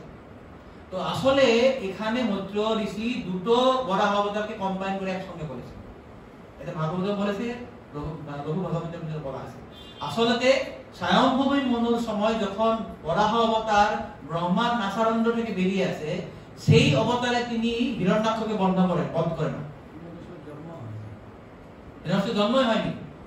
হিরণ্যাক্ষ জন্ম হয়েছে দক্ষকন্যা দিতির গর্ভ থেকে। আর স্বয়ংভূ মনু তো এইবার আসলো, তা তো এখনো সৃষ্টি শুরুই করেনি, প্রজা সৃষ্টি শুরুই করেনি। তো সেই সময় যখন বরাহদেব আসে, তিনি সেখানে গিয়ে যে রসাতলে যে ধরিত্রী মাকে চলে গেছে, সেখানে উদ্ধার করে নিয়ে আসে, তিনি স্থাপন করেন। তারপর যখন দক্ষ শিবের বীরভদ্র দ্বারা যখন নিধন হয়, তো সেই দক্ষ যেহেতু আবার মানে যদিও দক্ষ সেখানে ছাগলের মাথা নিয়ে পরবর্তীতে শিবের কাছে ক্ষমা চায়, কিন্তু ভাগবতে বর্ণনা আছে সে কিন্তু পুরোপুরি বৈষ্ণব অপরাধ থেকে মুক্ত হয়নি, তার অপরাধ আছে। সেই অপরাধের জন্য কি হয়েছে, তার আবার জন্ম নিয়ে আমাদের সাক্ষুষ মন্বন্তরে, ষষ্ঠ মন্বন্তর, মানে আমাদের মন্বন্তর আগের মন্বন্তরটা, এটা সপ্তম মন্বন্তর চলছে, এর আগে তো সাক্ষুষ মন্বন্তর। সাক্ষুষ মন্বন্তরে সেখানে প্রসেতাদের যে সন্তান দক্ষর কন্যা হচ্ছে দিতি এবং কশ্যপের পুত্ররূপে তিনি যে হয় পুত্ররূপে, তাদের পুত্ররূপে হিরণ্যাক্ষ হিরণ্যকশিপু। তো দ্বিতীয়বার যে বরাহ অবতার, সেটা হচ্ছে শ্বেত বরাহ। তিনি এবার সমুদ্র থেকে পৃথিবীকে নিয়ে আসেন, আর তখন হিরণ্যাক্ষের সঙ্গে যুদ্ধ হয়। কিন্তু এটা বর্ণনা করতে গিয়ে মৈত্রেয় দুটোকে ক্লাব করে একসঙ্গে বলেছিলেন। এটা হচ্ছে বরাহ অবতার। তারপরে হচ্ছে নারদ মুনি। তো নারদ মুনি হচ্ছে ভগবানের মানস পুত্র বলা হয়। একসঙ্গে মানে একই দিনেই, ব্রহ্মকল্পের প্রথম দিনে, ব্রহ্মার সৃষ্টির প্রথম দিনেই চতুষ্ষণ এবং নারদের সৃষ্টি হয়েছে। নারদ এমন এক অবতার যে ভাগবতের প্রত্যেক প্রত্যেকটা স্কন্ধে তার বর্ণনা আছে, প্রত্যেকটা স্কন্ধে তার বর্ণনা পাওয়া যাবে। তো এখানে নারদ মুনি বলেছেন যে উনি পঞ্চরাত্র শাস্ত্র বর্ণনা করেছিলেন, সৃষ্টি করেছিলেন, কিভাবে ভগবত ভক্তি যাজন করতে হয়। তো প্রভুপাদ এখানে বলেছেন তার তাৎপর্যে যে সে নারদ মুনির যে পঞ্চরাত্র বিধির মূল দর্শনটা হচ্ছে যে কিভাবে জড়জগৎটাকে ভগবানের সেবায় নিয়োজিত করে আমরা ভগবত ভক্তি করতে পারি। আসলে জড়জগৎটা আছে ভগবত বিমুখ জিনিস, তাকে কিভাবে ভগবত সেবাতে লাগাতে হয় সেটা এখানে প্রভুপাদ বলেছেন যে তিনি জড়জগতের রোগগ্রস্ত মানুষের শিক্ষা দেন কিভাবে জীব তার বর্তমান দৃষ্টি অনুসারে পারমার্থিক জ্ঞান লাভের পথে অগ্রসর হতে পারে।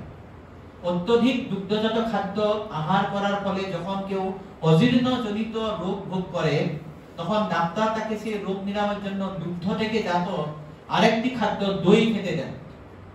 আসলে এই শ্লোকটি আমরা দেখব পরবর্তীতে পঞ্চম অধ্যায়ের 33 শ্লোক, এখানে নারদ মুনি আবার ব্যাসদেবকে খুব সুন্দরভাবে ব্যাখ্যা করেছিলেন। তিনি বলেছেন এই শ্লোকটা, আময়োজস্য ভূতানাম জায়তে যেন সুব্রত 1.5.33 তদেব হি আময়ং রজ্ঞ ন পুনতি চিকিৎসক। কি বলেছেন এখানে যে যে ভগবৎনিষ্ঠ ব্যাসদেব যে দ্রব্যের প্রভাবে রোগ জন্মায়, যে দ্রব্যটা দিয়ে আমার রোগ হয়েছে সেই দ্রব্যই অন্য কোনো দ্রব্য বা ওষুধের সঙ্গে যখন রসায়ন যোগে মিশ্রিত হয় তখন তা গ্রহণ করার ফলে সেই রোগের কি নিবৃত্তি হয় না? মানে ব্যাসদেবকে নারদ মুনি উপদেশ দিয়ে বলছেন তুমি যে এই জড়জগতের সম্বন্ধে লিখেছো সেটা দিয়ে ভগবানকে ভক্তি করা যাবে না, এই সূত্রে এই সেকশনে এটা বলেছেন। তো সেখানে প্রভুপাদ বলেছেন যে যেভাবে আমাদের দুধ খেয়েছে আমাশা রোগ হয়ে যায়, আবার সেই আমাশা রোগটা ঠিক করার জন্য যদি সে দুধেরই অন্য একটা রূপ দই যদি অন্যান্য ওষুধের সঙ্গে মিশিয়ে খাওয়া যায় সে রোগটা ঠিক হয়ে যায়। তো এইটাই হচ্ছে নারদ পঞ্চরাত্রের মূল প্রিন্সিপল। তিনি বলেছেন যে তুমি জড়জগতে আসো তো কোনো অসুবিধা নেই, জড়জগতের সমস্ত মানে জিনিসকে ভগবানের সেবায় লাগাও। যে জড়জগৎ জিনিসটা আমাকে ভগবান থেকে বিস্মৃত করে নিয়ে আসে, এখন সেই জিনিসকে যখন ভগবানের সেবায় লাগাবো আমি ভগবতমুখী হয়ে যাবো, অসুবিধা কোথায়? এটা হচ্ছে নারদ পঞ্চরাত্রের মূল দর্শন। তো এরপরে হচ্ছে নরনারায়ণ ঋষি, এটা হচ্ছে 4 নম্বর তার অবতার। আমরা চতুর্থ স্কন্ধে 1 নম্বর অধ্যায়তে পাবো এবং একাদশ এবং দ্বাদশ স্কন্ধেও তার বর্ণনা আছে। তো এই নরনারায়ণ ঋষি মূর্তি এবং ধর্মের পুত্র রূপে ছিলেন, দুই যমজ ভাই।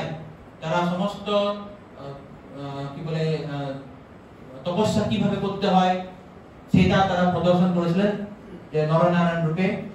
তার পরবর্তীতে হচ্ছে কপিল মুনি। এই কপিল মুনি হচ্ছে দেবহূতি এবং কর্দম মুনির পুত্র। তিনি সাংখ্য যোগ প্রসার করেছিলেন। তার বর্ণনা আমরা 3য় অধ্যায়ে 25 থেকে 33 9টি অধ্যায়ে খুব সুন্দরভাবে কপিল মুনি শিক্ষা আমরা পাবো কিভাবে সাংখ্য অবতার করেছিলেন। এর পরবর্তীতে হচ্ছে 6 নম্বর হচ্ছে দত্তাত্রেয়।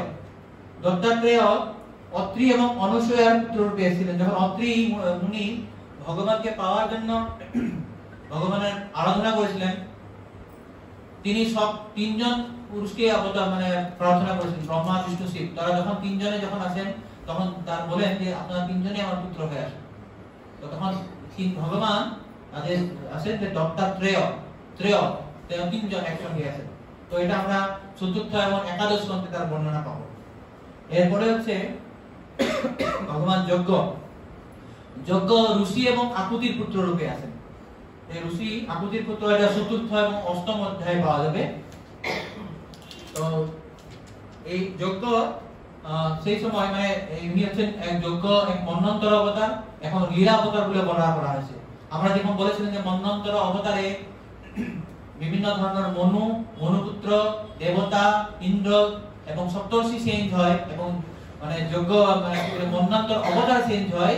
এই যজ্ঞ সেই সময় এই মানে তিনি মন্বন্তর অবতার হয়েছিলেন এবং সেই সাথে সাথে যেহেতু কোনো উপযুক্ত ইন্দ্র ছিলেন না, এই যজ্ঞই কি হয়েছিল ইন্দ্র রূপে শাসন করেছিলেন। তারপরে আছে অষ্টম হচ্ছে ঋষভদেব। ঋষভদেব মেরু দেবী এবং নাভির পুত্র হয়েছিলেন। এর বর্ণনা আমরা 5ম স্কন্ধে। তো ঋষভদেবের 100 জন পুত্র ছিলেন, তার মধ্যে 10 জন মাত্র ক্ষত্রিয় হয়। এসবে যেহেতু রাজা ছিলেন, তার 100 জন তো প্রত্যেকজনই রাজা হওয়ার কথা, মানে ক্ষত্রিয় হওয়ার কথা, না, তার মধ্যে 10 জন ক্ষত্রিয় হয়েছেন, 81 জন হচ্ছেন ব্রাহ্মণ, আর বাকি 9 জন হয়েছে পরমহংস।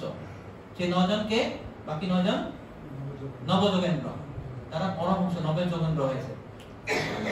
এর পরবর্তী হচ্ছে পৃথু মহারাজ। পৃথু মহারাজের বর্ণনা আমরা সূত্র স্কন্ধে 15 থেকে 23 নম্বর অধ্যায়ে আমরা বর্ণনা করব। যে সময় অঙ্গ মহারাজের পুত্র ছিলেন বেন। বেন ছিল একদম অত্যন্ত দুষ্ট রাজা, সবাইকে জ্বালিয়ে পুড়িয়ে খেয়েছিলেন।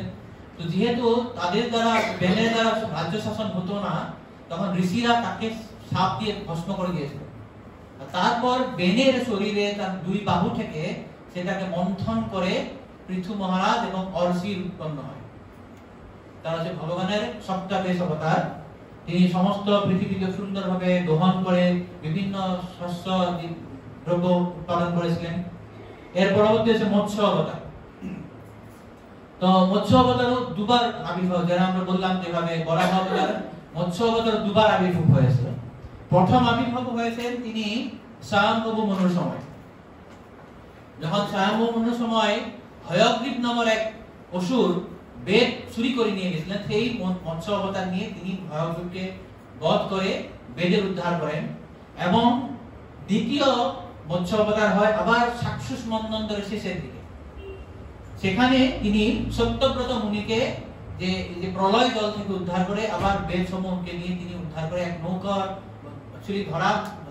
ধরিত্রী মাতা এক নৌকার রূপ নিয়েছিলেন। এবং এই মৎস্য অবতার তাদেরকে নিয়ে রাজা এবং সমস্ত জীব এবং ঋষিমুনি এবং গাছপালা ঔষধি সবকে নিয়ে উদ্ধার করে নিয়েছিলেন। এভাবে মৎস্য অবতার 2 বার আবির্ভাব হয়। এর পরবর্তীতে হচ্ছে কুর্ম অবতার। অত্যন্ত খুব আনন্দদায়ক অবতার আমরা দেখি, 8ম অধ্যায়ে খুব সুন্দরভাবে বর্ণনা আছে যে কুর্ম অবতার যখন দেবতা এবং অসুররা অমৃতের জন্য লড়াই করেছিলেন, সাগর মন্থন করবেন, তো মন্থন নেওয়ার জন্য ওরা মন্দর পর্বতকে মন্থন করবেন। রশি ছিল বাসুকি নাগ। যখন ওরা বাসুকি নাগ দিয়ে মন্দর পর্বতকে যখন মন্থন করেছিলেন, তো মন্দর পর্বত ভিতরে ঢুকে গেছিলেন সমুদ্রের মধ্যে। তো সেটাকে ধরে রাখার জন্য ভগবান কুর্ম অবতার নিয়েছিলেন। বলা হয় তিনি তার পিঠে খুব চুলকানি হয়েছিল ভগবান, তো চুলকানি থেকে উদ্ধার পাওয়ার জন্য তিনি বললেন আমার পিঠে এটা দাও। আর যখন তারা ভগবানের পিঠে মন্দর পর্বত দিয়ে খুব সুন্দর মন্থন করেছিলেন, সেই ঘর্ষণেই তার কি হয়েছিল, খুব সুন্দর চুলকানি হয়ে জগৎ নিদ্রা গেছিল।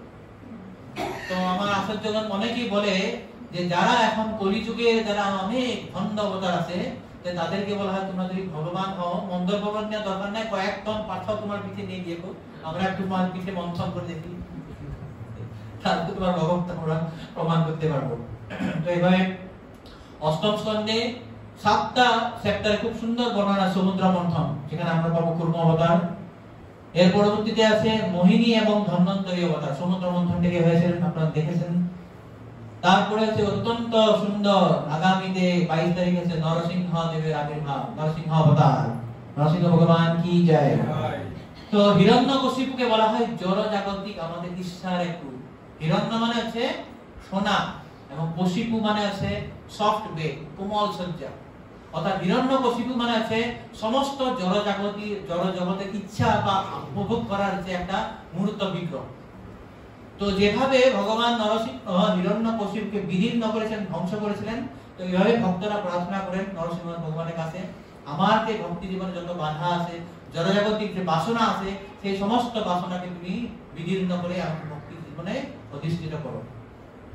এর পরবর্তীতে বামনদেব, আমরা জানি যে কিভাবে বদিকে ছলনা করে 3 পা ভূমি করার জন্য ইন্দ্রকে তার রাজত্ব ফিরিয়ে দেওয়ার জন্য তিনি ছলনা করেছিলেন বামনদেব। তারপরে যে কার্তবীর্য বধকারী পরশুরাম, ভগবান পরশুরাম অবতার, তিনি যমদগ্নির পুত্র। কার্তবীর্যকে আপনারা জানেন সেটা কাহিনীটা, যেভাবে কামধনুকে হরণ করে নিয়ে এসেছিলেন কার্তবীর্য, যে কার্তবীর্য এতই শক্তিশালী ছিলেন যে রাবণকে নাকি উনি তার গগনের মধ্যে রেখে দিয়েছিলেন। একবার কার্তবীর্য তার সহস্র বাহু দিয়ে নর্মদা নদীকে বন্ধ করে দিয়েছিল, সত্য বন্ধ হয়ে গেছে। তখন নদী যখন উল্টো ধারে বয়েছে, তো এক জায়গায় রাবণ সেখানে শিব পূজা করেছিল, শিবলিঙ্গ, আর সমস্ত শিবলিঙ্গ ধূপ মানে বন্যায় উঠতে গেল। তো রাবণের খুব ক্ষম হয়ে খুব রেগে গেছে, ও যুদ্ধ করতে আসে। তো কার্তবীর্য তাকে ধরে নিয়ে বলে যাও এখান থেকে পালিয়ে যাও। তো সেই রাবণকে এই এত মতো বীর্য সহস্রবাহ কার্তবীর্যকে পরশুরাম একাই বধ করেছিলেন, যেহেতু তিনি এখান থেকে মানে তাকে মানে জোর করে কামধেনুকে নিয়ে গেছিলেন। তারপরে অবতার হচ্ছে ব্যাসদেব, পরাশর মুনি এবং সত্যবতীর পুত্র। এখানে সত্যবতী বলেছে, আসলে তিনি ছিলেন মৎস্যগন্ধা। পরবর্তীতে ব্যাসদেবের সেই সময় জন্মের পর তার নাম হয় পদ্মগন্ধা বা সত্যবতী। তারপরের অবতার আছে রাম, রাম অবতার। আপনারা সবাই জানেন রাম। তো রামের যে অত্যন্ত গুণ খুব সুন্দরভাবে ব্যাংকত এক স্তোত্র আছে, সেখানে বলেছেন, খুব সুন্দর রামের বর্ণনা করা আছে। অভিরাম গুণাকর দাশরথে জগদেক ধনুর্ধর হীরমতে রঘুনায়ক রাম রমেশ বিভু বরদা ভবদেব দয়ালকধে। অভিরাম রাম অত্যন্ত সুন্দর, খুব সুন্দর উনি দেখতে, গুণের আকর, এবং তিনি দশরথের পুত্র দাশরথে। জগদেব ধনুর্ধর ধীরমতে, জগতের মধ্যে অত্যন্ত শক্তিশালী ধনুর্ধর। রামের মতো রামচন্দ্রের মতো ধনুর্ধারী কেউ ছিলেন না। এবং তিনি ধীরমতে, অত্যন্ত ধীর স্থির। কৃষ্ণের মতো অত মতি নয়, কৃষ্ণদের দুষ্টামি করতো না, রাম একদম ধীর স্থির। এখানে বলা আছে ধীরমতে। রঘুনায়ক, রঘুকুলের তিনি নায়ক। রাম রমেশ, রমেশ মানে রমার তিনি হাজবেন্ড, এবং বিভু ভগবান। বরদা ভবদেব দয়া জলধে, হে দয়ার সাগর, তুমি আমাকে দয়া করে আশীর্বাদ করো। এভাবে রামের বর্ণনা আছে। এটা সব আমরা দেখবো নবম অধ্যায়, নবম স্কন্ধে। এরপরে বর্ণনা করতে গিয়ে সুত গোস্বামী 19 নম্বর এবং 20 নম্বরে ভগবান বলরাম এবং রাম কৃষ্ণকেও অবতার বলেছেন। এটাতে আমরা চৈতন্য চরিত্র প্রভু বলবেন, এটা বলার জন্য সুত গোস্বামী ভয় পেয়েছে, না না না কিভাবে অবতার হয়। উনি হচ্ছে অবতারের অবতারী। সেটা আমরা পরবর্তী সেকশনে দেখবো, খুব ইম্পর্টেন্ট সেকশন আসবে, 28 নম্বর শ্লোক, আপনারা একটু পড়ে আসবেন। তারপরে আছে ভগবান বুদ্ধ এবং কল্কি অবতার। এই সম্বন্ধে বলেছেন যে এখানে ভাগবতে বর্ণনা আছে, তারা ভবিষ্যৎবাণী করা হয়েছে। কিকিতেষু ভবিষ্যতি তত কলৌ সম্প্রবৃত্তে সম্মোহায় সুরদ্দিশাম বুদ্ধ নামনঞ্জনাসু তো কিকিতেষু ভবিষ্যতি। ভবিষ্যতে এখানে আসবে। এখানে প্রভুপাদ বর্ণনা করেছেন যে এইটা হচ্ছে শাস্ত্রের অত্যন্ত গুরুত্বপূর্ণ কথা। শাস্ত্রে অবতার সম্বন্ধে আগেই ভবিষ্যৎবাণী করতে হবে, সেটা হচ্ছে শাস্ত্রের মূল, তার প্রামাণিকতা। যদি কোনো অবতার সম্বন্ধে যদি আমরা দেখি, কেউ যদি বলে এই অবতার, তার বর্ণনা শাস্ত্রে থাকতে হবে। যদি শাস্ত্রে নেই তাহলে সেটা ফেক অবতার। তো এইভাবে 22টি অবতার বর্ণনা করার পর সুত গোস্বামী বলেছেন 26 নম্বর, আজকে আমরা সেখানে শেষ করব। অবতারা হি অসংখ্যেয়া হরে সত্য নিধেদ্দিশা যথা বিদাসিন কুল্যা সরসঃ সুসহস্রশঃ। তো বলেছেন যে অবতার হি অসংখ্যেয়া, এখানে অবতারের লেখ যোগ নেই। যেভাবে এক বিশাল জলরাশি থেকে যদি অসংখ্য অসংখ্য যে যদি নদীর স্রোত বয়ে আসে, সেখান থেকে তার কিছু আসতে যাবে না। আমরা যদি সেই জলরাশি থেকে যদি 100 কুইন্টাল জল, 1000 কুইন্টাল জল নিয়ে যে রাশি, সেই জলরাশি কিছু হবে? কিছু হবে না। তো একই ধরনের এখানে বলেছেন যে অবতারাহি অসংখ্যেয়া হরে সত্য নিধেদ্দিশা যথা বিদাসিন কুল্যা সরসস্যু সহস্র। যেভাবে বিশাল জলরাশি থেকে হাজার হাজার নদী স্রোত ধারা বাহিত হলেও যে তার কোনো অবতার, তার কোনো হেরফের হয় না, এভাবে ভগবানও হচ্ছে সবার নিধি, সবার নিধম অব্যয়ম, নিধানম বিজম অব্যয়ম। এবং 27 নম্বর শ্লোকে তিনি বিভূতিদের বর্ণনা করেছেন যে ঋষি, মনু, দেবতা, মনুবংশ এসব সমস্ত হচ্ছে ভগবানের বিভূতি। বিভূতি মানে হচ্ছে যখন এই বিশেষ বিশেষ কিছু লোক, বিশেষ কিছু শক্তির প্রদর্শন করে, তাদেরকে বলা হয় বিভূতি। আমরা 10ম অধ্যায় পাইছি না, 41 নম্বর শ্লোকে গীতাতে, যদ যদ বিভূতিমত সত্যম শ্রীমৎ উর্জিতম এব বা শ্রীমৎ উর্জিতম এব বা তত্তৎ এবাবৎ সত্যম মম তেজ অংশ সম্ভব। মম তেজ, আমার তেজ অংশ। কৃষ্ণ অর্জুনকে বলেছেন যে যখন খুব সুন্দর সুন্দর কিছু আশ্চর্যজনক লোক বা আশ্চর্যজনক কিছু দেখবে, সেটা বুঝতে পারবে যে আমার এই অংশ সম্ভব। তো এই ধরনের তাদেরকে বলা হয় বিভূতি। তারা হচ্ছেন ঋষি, মনু, দেবতা এবং মনুবংশধর। তো এখানে এই পর্যন্ত আমরা 27 নম্বর শ্লোক পর্যন্ত দেখলাম। এর পরবর্তীতে আমরা দেখব পরিভাষা সূত্র। এটা পরিভাষা সূত্র কি, এটা বিশাল আমরা আলোচনা করব। এটা জীব গোস্বামী প্রভুপাদ কৃষ্ণ সন্দর্ভ বলেছেন ভগবত তত্ত্বের বিষয়ে আমরা আলোচনা করব। আজকে আমরা এখানে লিখছি গ্রন্থরাজ শ্রীমদ্ ভাগবতম কি জয় শ্রী প্রভুপাদ। তাহলে সমস্ত মন্তব্য থাকে নালে I go to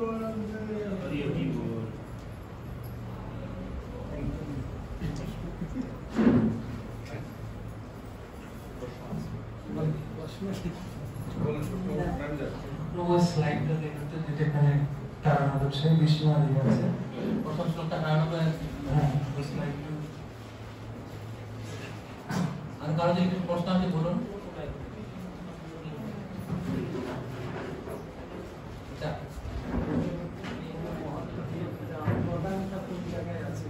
হ্যাঁ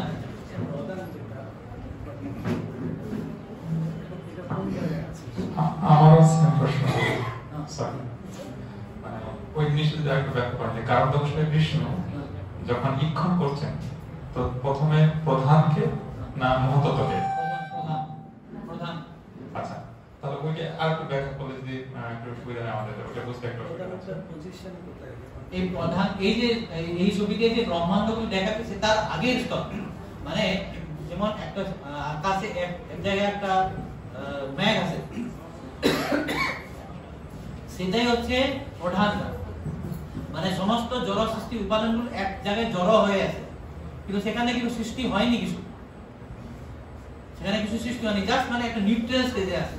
সমস্ত মৌলিক উপাদানগুলো যখন নিউট্রাল স্টেজে থাকে সেটাকে বলা হয় প্রধান। সেখানে যখন ইক্ষণ করবে, ইক্ষণ করে মানে সেখানে কালো শক্তি দিয়ে দেবে, সেটা তৃতীয় স্কন্ধে খুব সুন্দর কালো শক্তি বলে, মানে প্রভুপাদ সেখানে বলেছেন কালী বলা হয়। কালীটা মানে ভগবানের কালো শক্তি দিয়ে বর্ণনা করে। সো সেই কালো শক্তি যখন সেখানে ইক্ষণ করে যাবে, তার সাথে সাথে জীবেরাও যায় এবং জীবের স্বভাবও যায়, গিয়ে সমস্ত কিছু যখন এজিটেড হবে, উত্তেজিত হবে, সেটা পরবর্তীতে হয় মহত্তত্ত্ব। এবং সেই মহত্তত্ত্ব থেকে আবার আসবে তৃতীয় স্কন্ধে খুব সুন্দর বর্ণনা, আমি একটু স্লাইডটা বানাইনি, সেখান থেকে আসবে অহংকার। মহত্তত্ত্ব থেকে আসবে অহংকার। অহংকারের এবং তিনটা ভাগ হবে, সত্য, রজ এবং তম। এই তম থেকে আসবে এই যে বিভিন্ন উপাদানগুলো, তম থেকে বিভিন্ন উপাদানগুলো হবে, যেমন এই যে পঞ্চ মহাভূত, পঞ্চ তন্মাত্র, এগুলো হচ্ছে অহংকার থেকে। রজগুণ দেখবে আছে আপনার বিভিন্ন সৃষ্টির যে কার্য শক্তি, এবং সপ্তগুণ থেকে আসবে অহংকারের যে সপ্তগুণ, সেখান থেকে দেবতারা সৃষ্টি হবে। এভাবে তৃতীয় স্কন্ধে সুন্দর বর্ণনা আছে। আমি পরবর্তীতে দেখাবো, আর আমি স্লাইডটা বানিয়ে নিয়ে আসবো, এটা দেখাবো। ওইটা অনুরোধ করতেছি নেক্সট ক্লাসে আপনি ওইটা স্লাইডটা দেখাবেন। এটা শুধু থার্ড ক্যাম্পে আছে, আমি তাও নিয়ে আসবো, এটা বানিয়ে নিয়ে আসবো আপনাদের সুবিধার জন্য। না ওটা হয়েছে কিন্তু ওটা হ্যাঁ, ক্লিয়ার নয়। এটা খুব আসলে কঠিন, মানে অনেক পড়ে পড়ে তথাপি আমাদের ক্লিয়ার হয় না। আমি জানি না অডিয়েন্সের সবাই এটা বুঝতে পেরেছে কিনা, হালকাভাবে নেওয়ার জন্য খুব গুরুত্বপূর্ণ বিষয় আজকে আলোচনা হয়েছে, এই জন্য প্রভুকে অনেক অনেক অনেক ধন্যবাদ। প্রভু কথা দিয়েছেন যে পরের দিনে যে ক্লাস হবে তখন একটা স্লাইড দেখাবে যেখানে এই বিষয়টা আরো সুন্দরভাবে সাজিয়ে দেখাবেন, তাতে অনেক এটা আরো ক্লিয়ার হবে সেখানে। মানে এখানে যদিও এটা আপনি বুঝতে পারছেন না, প্রভু যেন বললেন এখানে প্রধানটা কোথায়, এখানে অলরেডি যে এই বড় স্লাইডটা আছে সেখানে যা দেখা গেছে এগুলো অলরেডি ব্রহ্মাণ্ড তৈরি হয়ে গেছে। অলরেডি ব্রহ্মাণ্ড তৈরি হওয়ার আগে যেটা ভেবে নেন যে আমার খুব সুন্দর একটা নীলা আকাশ, আকাশের এক জায়গায় একটা মানে ম্যাঘ, সেই ম্যাঘটা হচ্ছে মানে প্রধান। সেখানে যখন ভগবান ইক্ষণ দিয়ে এজিটেট করবে, উত্তেজিত হবে, তা থেকে হবে মহত্তত্ত্ব। মহত্তত্ত্ব আবার ভগবানের ইক্ষণ করবে, মানে ভগবানের কালো শক্তি সেখানে। মানে এটা কেন বোঝানো হয়েছে যে মহত্তত্ত্ব হোক, প্রধান হোক, সবকিছু হচ্ছে জড়, কিন্তু সেই জড় বস্তু কিন্তু সৃষ্টির উৎস নয়। যতক্ষণ পর্যন্ত এক স্পিরিচুয়াল বস্তু, এক আধ্যাত্মিক শক্তি সেখানে আসবে না, তখন সৃষ্টি করতে পারে না। তো তাই প্রধান হোক, মহত্তত্ত্ব হোক, অহংকার হোক, প্রত্যেকটি স্টেজে ভগবানের কালো শক্তি কাজ করবে। ভগবানের কালো শক্তিকে প্রধানকে মানে যখন হেজিটেট করবে তখন মহত্তত্ত্বকে আবার হেজিটেট করবে তখন অহংকার থেকে তিনটা জিনিস হবে, যে সত্য, রজ, তম, এইভাবে বিভিন্ন ধরনের উপাদানগুলো সৃষ্টি হয়।